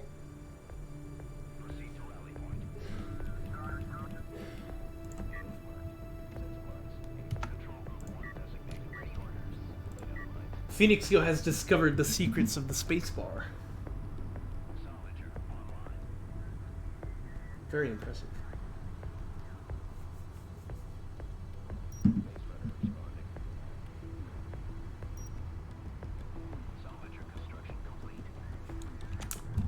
Yeah, that could be done.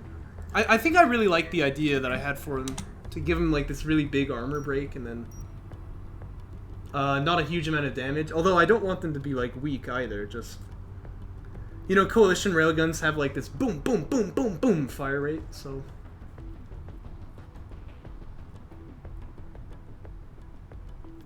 And then make the Saban railguns just like... kind of like before, but with maybe even more range? I don't know. Oh, you mean on the carrier? Yeah, it could be done. Oh, it really could be done. Tempting. Tempting. That's kind of a fun idea. I feel like I've made Galzian into like the really big range faction though, and then like Coalition is like the Coalition is like the indirect fire faction in a way.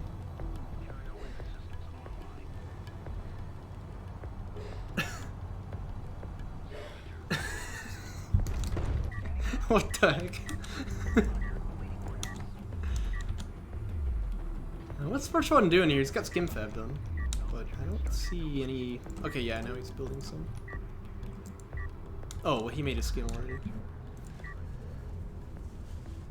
LAV now available for production. Well, that's good. Location designated. Well, just, you know, short circuits around it, I suppose. Adjusting course. I mean, most keyboards are not made mechanically that they can hit all of the buttons at the same time, right? So that's why, like, on this keyboard, I think if you hit B and left arrow at the same time, like, only one of them will go through. Let me hit enter here. Oh. Well, it worked this time. Huh. Well, I don't know. But anyway, the point is, sometimes you can't do all of the commands at the same time. But if it gets rained on, like you said, things can happen where like circuits short together and then bindings start kind of merging together. Enemy sand skimmer on approach. Salvager under fire. Yeah, and touchscreens I feel like are just always pretty unreliable. I don't really like touchscreens very much. Hostile contact marked. Armored assault now available for production. LAV construction complete.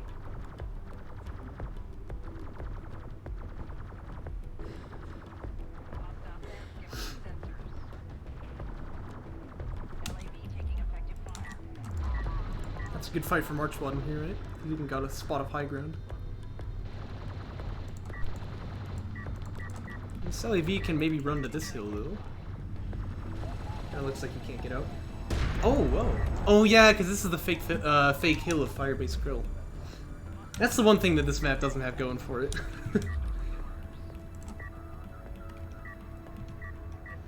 I don't know what March 1 is doing here, because it looks like he just did skims into ref mode, which is terrible, you know, like... A player of his caliber should never do that. That's just like a bad build, but I don't know. Enemy contact on the board. Enemy sand skimmer on approach. Enemy contact on sensors. Hostile sand skimmer on sensors. Heavy vehicle upgraded. Enemy sighted. Well, but it's not even, right? Like, because he got Sand Skimmer tech before he got ref mode, which is just bad. Like, if you're going greedy or you're going attack, like, it's still bad either way. It's terrible.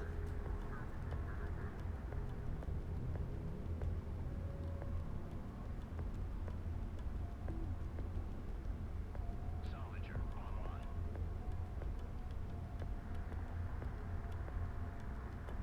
Hostile unit marked. Coordinates confirmed. Hostile on approach. On our way. Hostile contact on the board. Light attack vehicle under fire. Armored vehicle taking effective fire. Terrible as can be. Yeah, exactly. Oops, I turned my health bars off. Oh, tell me this guy doesn't get away. It's armor 2 versus 1, by the way, but he's getting armor 2 soon. Yeah, I mean, it kind of looks to me like March 1's just gonna die to this here. Keeping this assault ship alive is pretty big, though, but AVs are faster. Oh, but look how he's using the terrain here. Still, though, it's gonna start losing salvagers.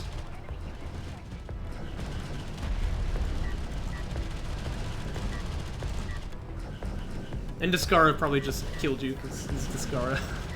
He kills everyone. It's pretty nice depth packs, actually, by March 1. It almost looks like he's gonna turn this around somehow.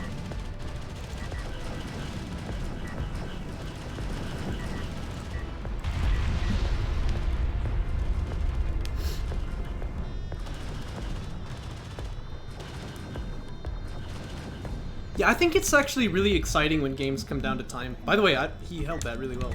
I really enjoy it when like the game is that close, you know, that we reach the time limit and still nobody's been able to get even an artifact lead, let alone, you know, beat their opponent. It doesn't happen very often, but it's really, really fun to see.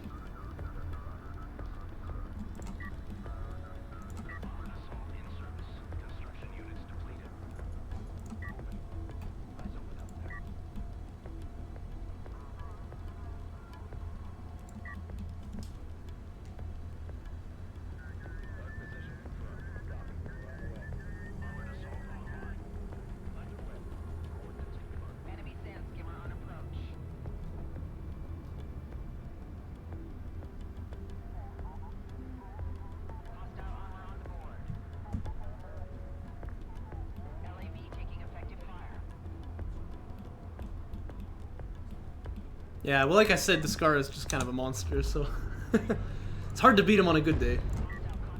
Looks like fighter and gunship tech this time, but March 1's going interceptors already, so keep your eyes on that.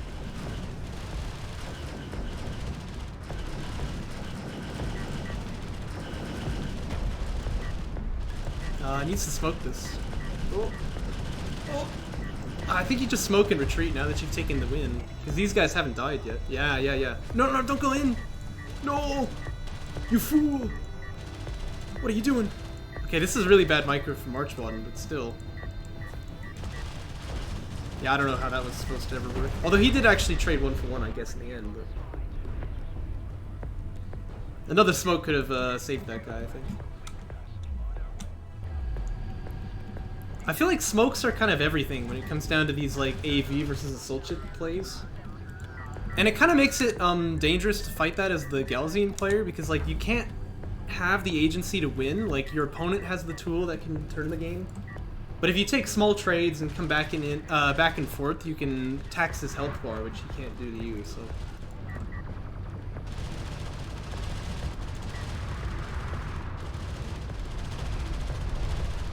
I don't know, I mean, I think the issue is just that Descara is like a freaking god, you know? Yes, it was. Yeah, he had interceptor tech already. Does he have afterburner? Yes. Okay. That's pretty good. And he has rail tech, wow. This is like a lot of tech, actually. Yeah, double gunship is not really going to be very powerful against this, obviously. I mean, man, I rip on double gunship every time, but it's because this guy keeps building it.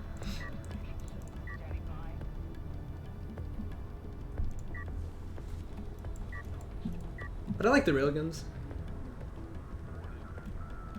Well, I never said that, but I mean, man, you know, like the chance of beating Descara at your level is like less than 10%, you know? But I mean, you're right though, with practice you increase your level. I mean, anyone can improve at the game, but it's like, it's not easy, you know? If it were, people would do it. Orbnet managed one time, but other than that, I don't think Descara has ever lost the series to like a non-top tier player. He hasn't even ever lost against like March 1 or Cookies or No Fun, like people who are kind of up in that top level, but I mean, he's just like, he's good, you know? He's really good. Okay, these interceptors actually want to hit the gunships, right? Oh, because these assault railguns can get killed so bad. No, you need to hit the gunships! Ah! Ah, March 1! Ah! Why are you targeting this? Oh no, that's actually so bad, and that's actually a really good smoke by PhoenixYo too. Cause again, like the air units can fire without line of sight. Oh gosh. Oh, that's really bad.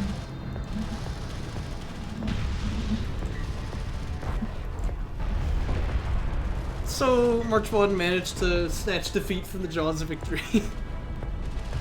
Although he did kill both of the gunships, that's nice. But yeah, you're right. I mean, you did do really well in the group stage, right? It's just that, like, you know, these top tier players, like A-Game and Descara, like, man, they're just on another level, you know what I mean? And it's a level that can be reached, but few people really put in the time to do it. It's like, it's hard to compete with that.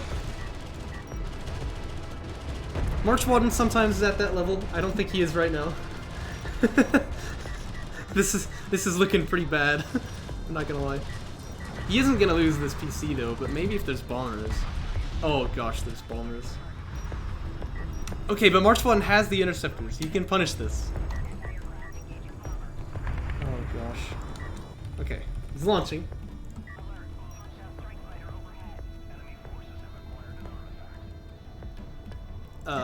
I think he's too late. Well, maybe he'll catch this one on the back end. Oh, he targeted the one that's in the front. This thing's gonna get the dock off, I think. Oh. Oh, that's just terrible. Oh no. This is like some exceptionally bad play from March 1. I don't really understand how this is happening. Oh, he's just managing to do everything like perfectly wrong. I feel very bad for him. Oh dear.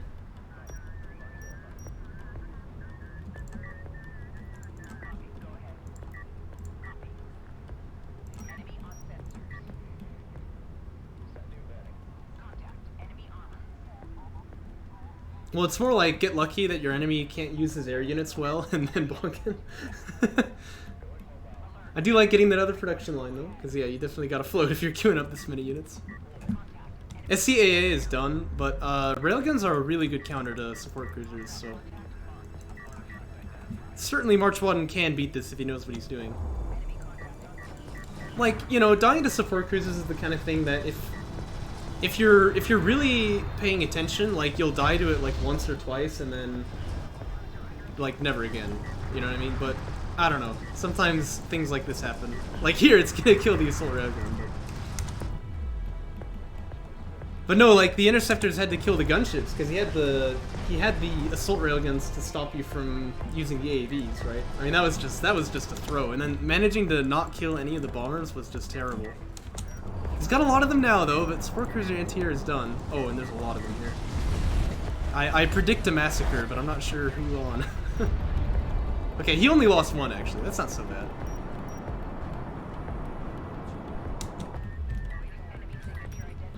Well, I mean, that's certainly not true. I've always said support cruisers are good. It's just that, like, OP, no. That's what I've been saying from the beginning. Indeed, there's definitely situations where, like, the best move is to just build a bunch of support cruisers.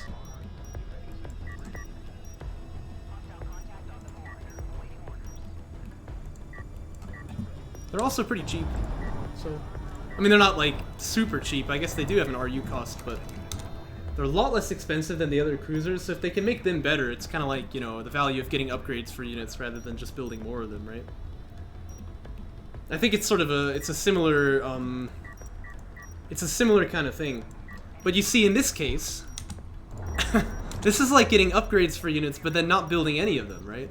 And, well, the problem there should be really obvious. Also, I think he just used a bomb on a blast drone. He used 2 bombs on a blast drone. Oh, no. Anyway, my point is, upgrading units is not good if you don't actually build any, right? So if you can think of support cruisers in the front line as like upgrades to the carrier and the other cruisers that you bring with you, this is like getting a bunch of upgrades and then not building any units that use them.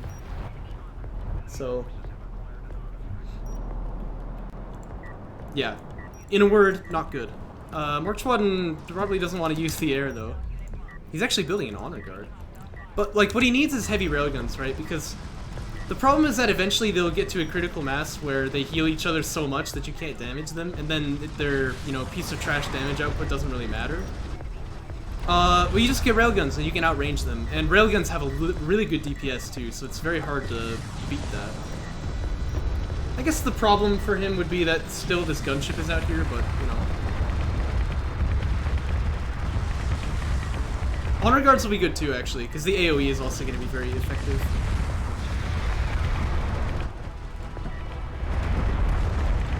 Yeah, this is pretty goofy looking, I will admit, though. Watching support cruisers kill a PC. Oh, and the AAVs are on this side. Yeah, March 1 is just folding now. PhoenixYo even has railgun tech now, but I don't know. Doesn't really seem like his style, does it? Oh! There goes another support cruiser. But they got their job done. I think they're gonna be pretty happy with this. This is a good window for smoke too, but I'd really like to see him actually just focus the PC, which I don't usually say, but if you can take your opponent down to no PCs left, it's like really bad times for them. He might even just be able to kill this. Oh yeah, he can kill this honor guard. Oh, he stopped moving. But he's got another bomber. That's fine then.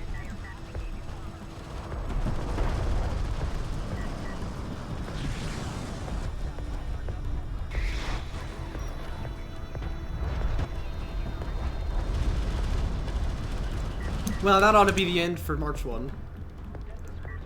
I've got to eat something. And then maybe I'll do some more modding, but I'm not sure if I'll stream that. It doesn't even get any views. But I'll work on Joke Patch today. This game might actually go on for some time, by the way, but it's definitely over. Not unless... Okay, well, let's maybe not say that. It is PhoenixYo we're talking about, so... Potentially he could still lose. Is this bomber gonna die?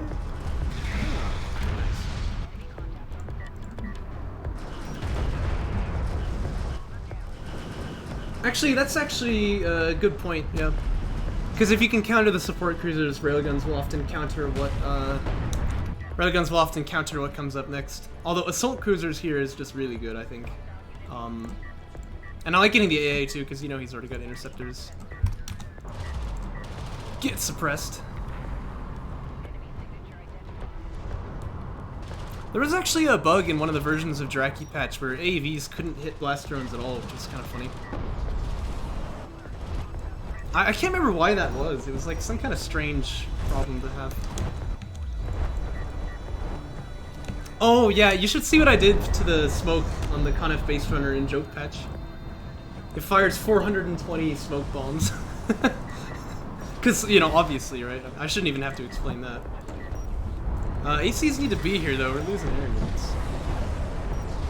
Okay, there we go.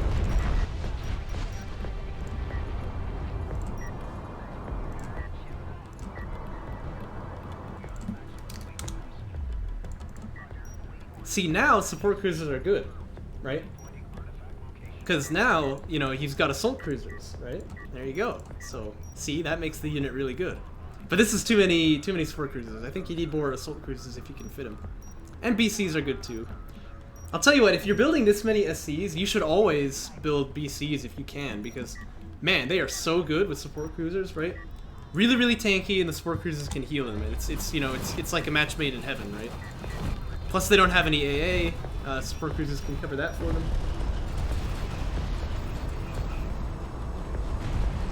I agree, though. That was kind of a funny idea you had with the Conf base runner smoke spam. I'd love to see if that works. You have to try that. Like, try it in the group stage when you're in the next tournament. Unless, of course, you're, like, close to getting eliminated, but... I feel like that'd be a really fun build to see.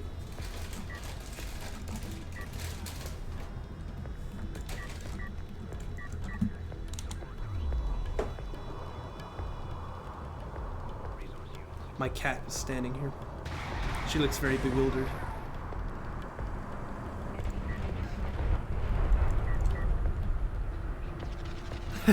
Yeah. Well, I mean, it doesn't seem like the strategy is particularly hard. What the heck is this move order? Something weird is happening over here. Anyway, the build doesn't sound like it's really particularly hard to do anyway.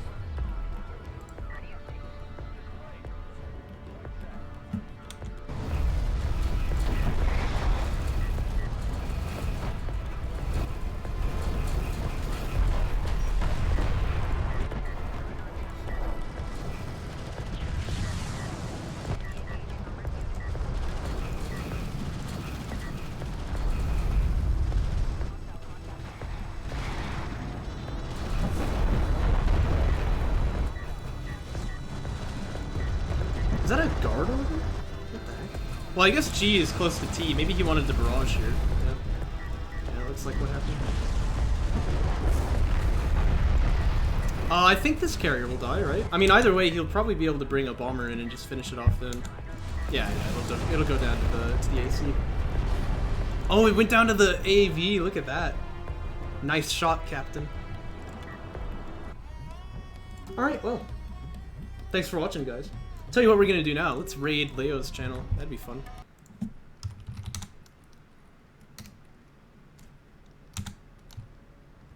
Oh, he just went offline. Oh my gosh. Oh. I missed my window. I guess we can just raid Sick IGN or something.